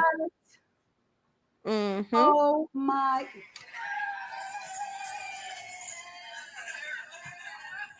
Heaven High. Thank you. Okay. Ah! Okay.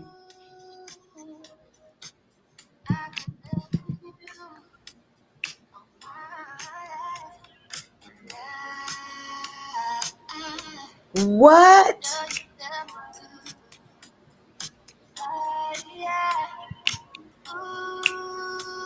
I gotta turn it up.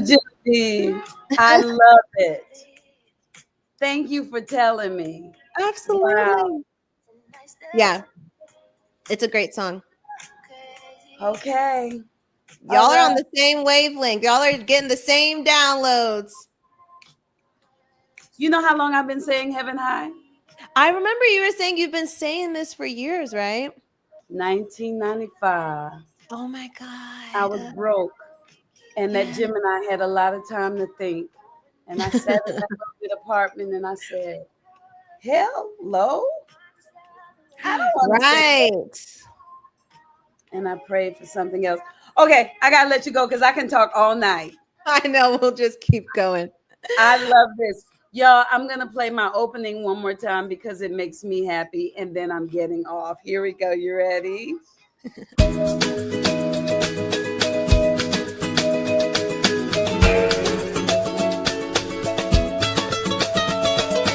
I know today, no matter what is happening, things will all go my way. I see heaven and I don't have to wait for you to recognize that love resides in this place. Why not listen ahead? Why you making that face? You be tripping so you wasn't thinking about something different. Why you making just relax a bit, ain't no accidents, it's just all for the love. Heaven High, everybody. Welcome. Thank you. So amazing. I love it. Thank Good you night, so my much. dear. God bless. Blessings, blessings, blessings. Oh, somebody's talking. Goddess energy. Oh, Yes, I wrote that. That was me. babe. Cosmic babe. Okay, y'all, really. Cosmic badass. We didn't even get to talk about how that came about. Next time. We'll save it for next time. Thank Bye, you, guys. y'all. Good night. Bye.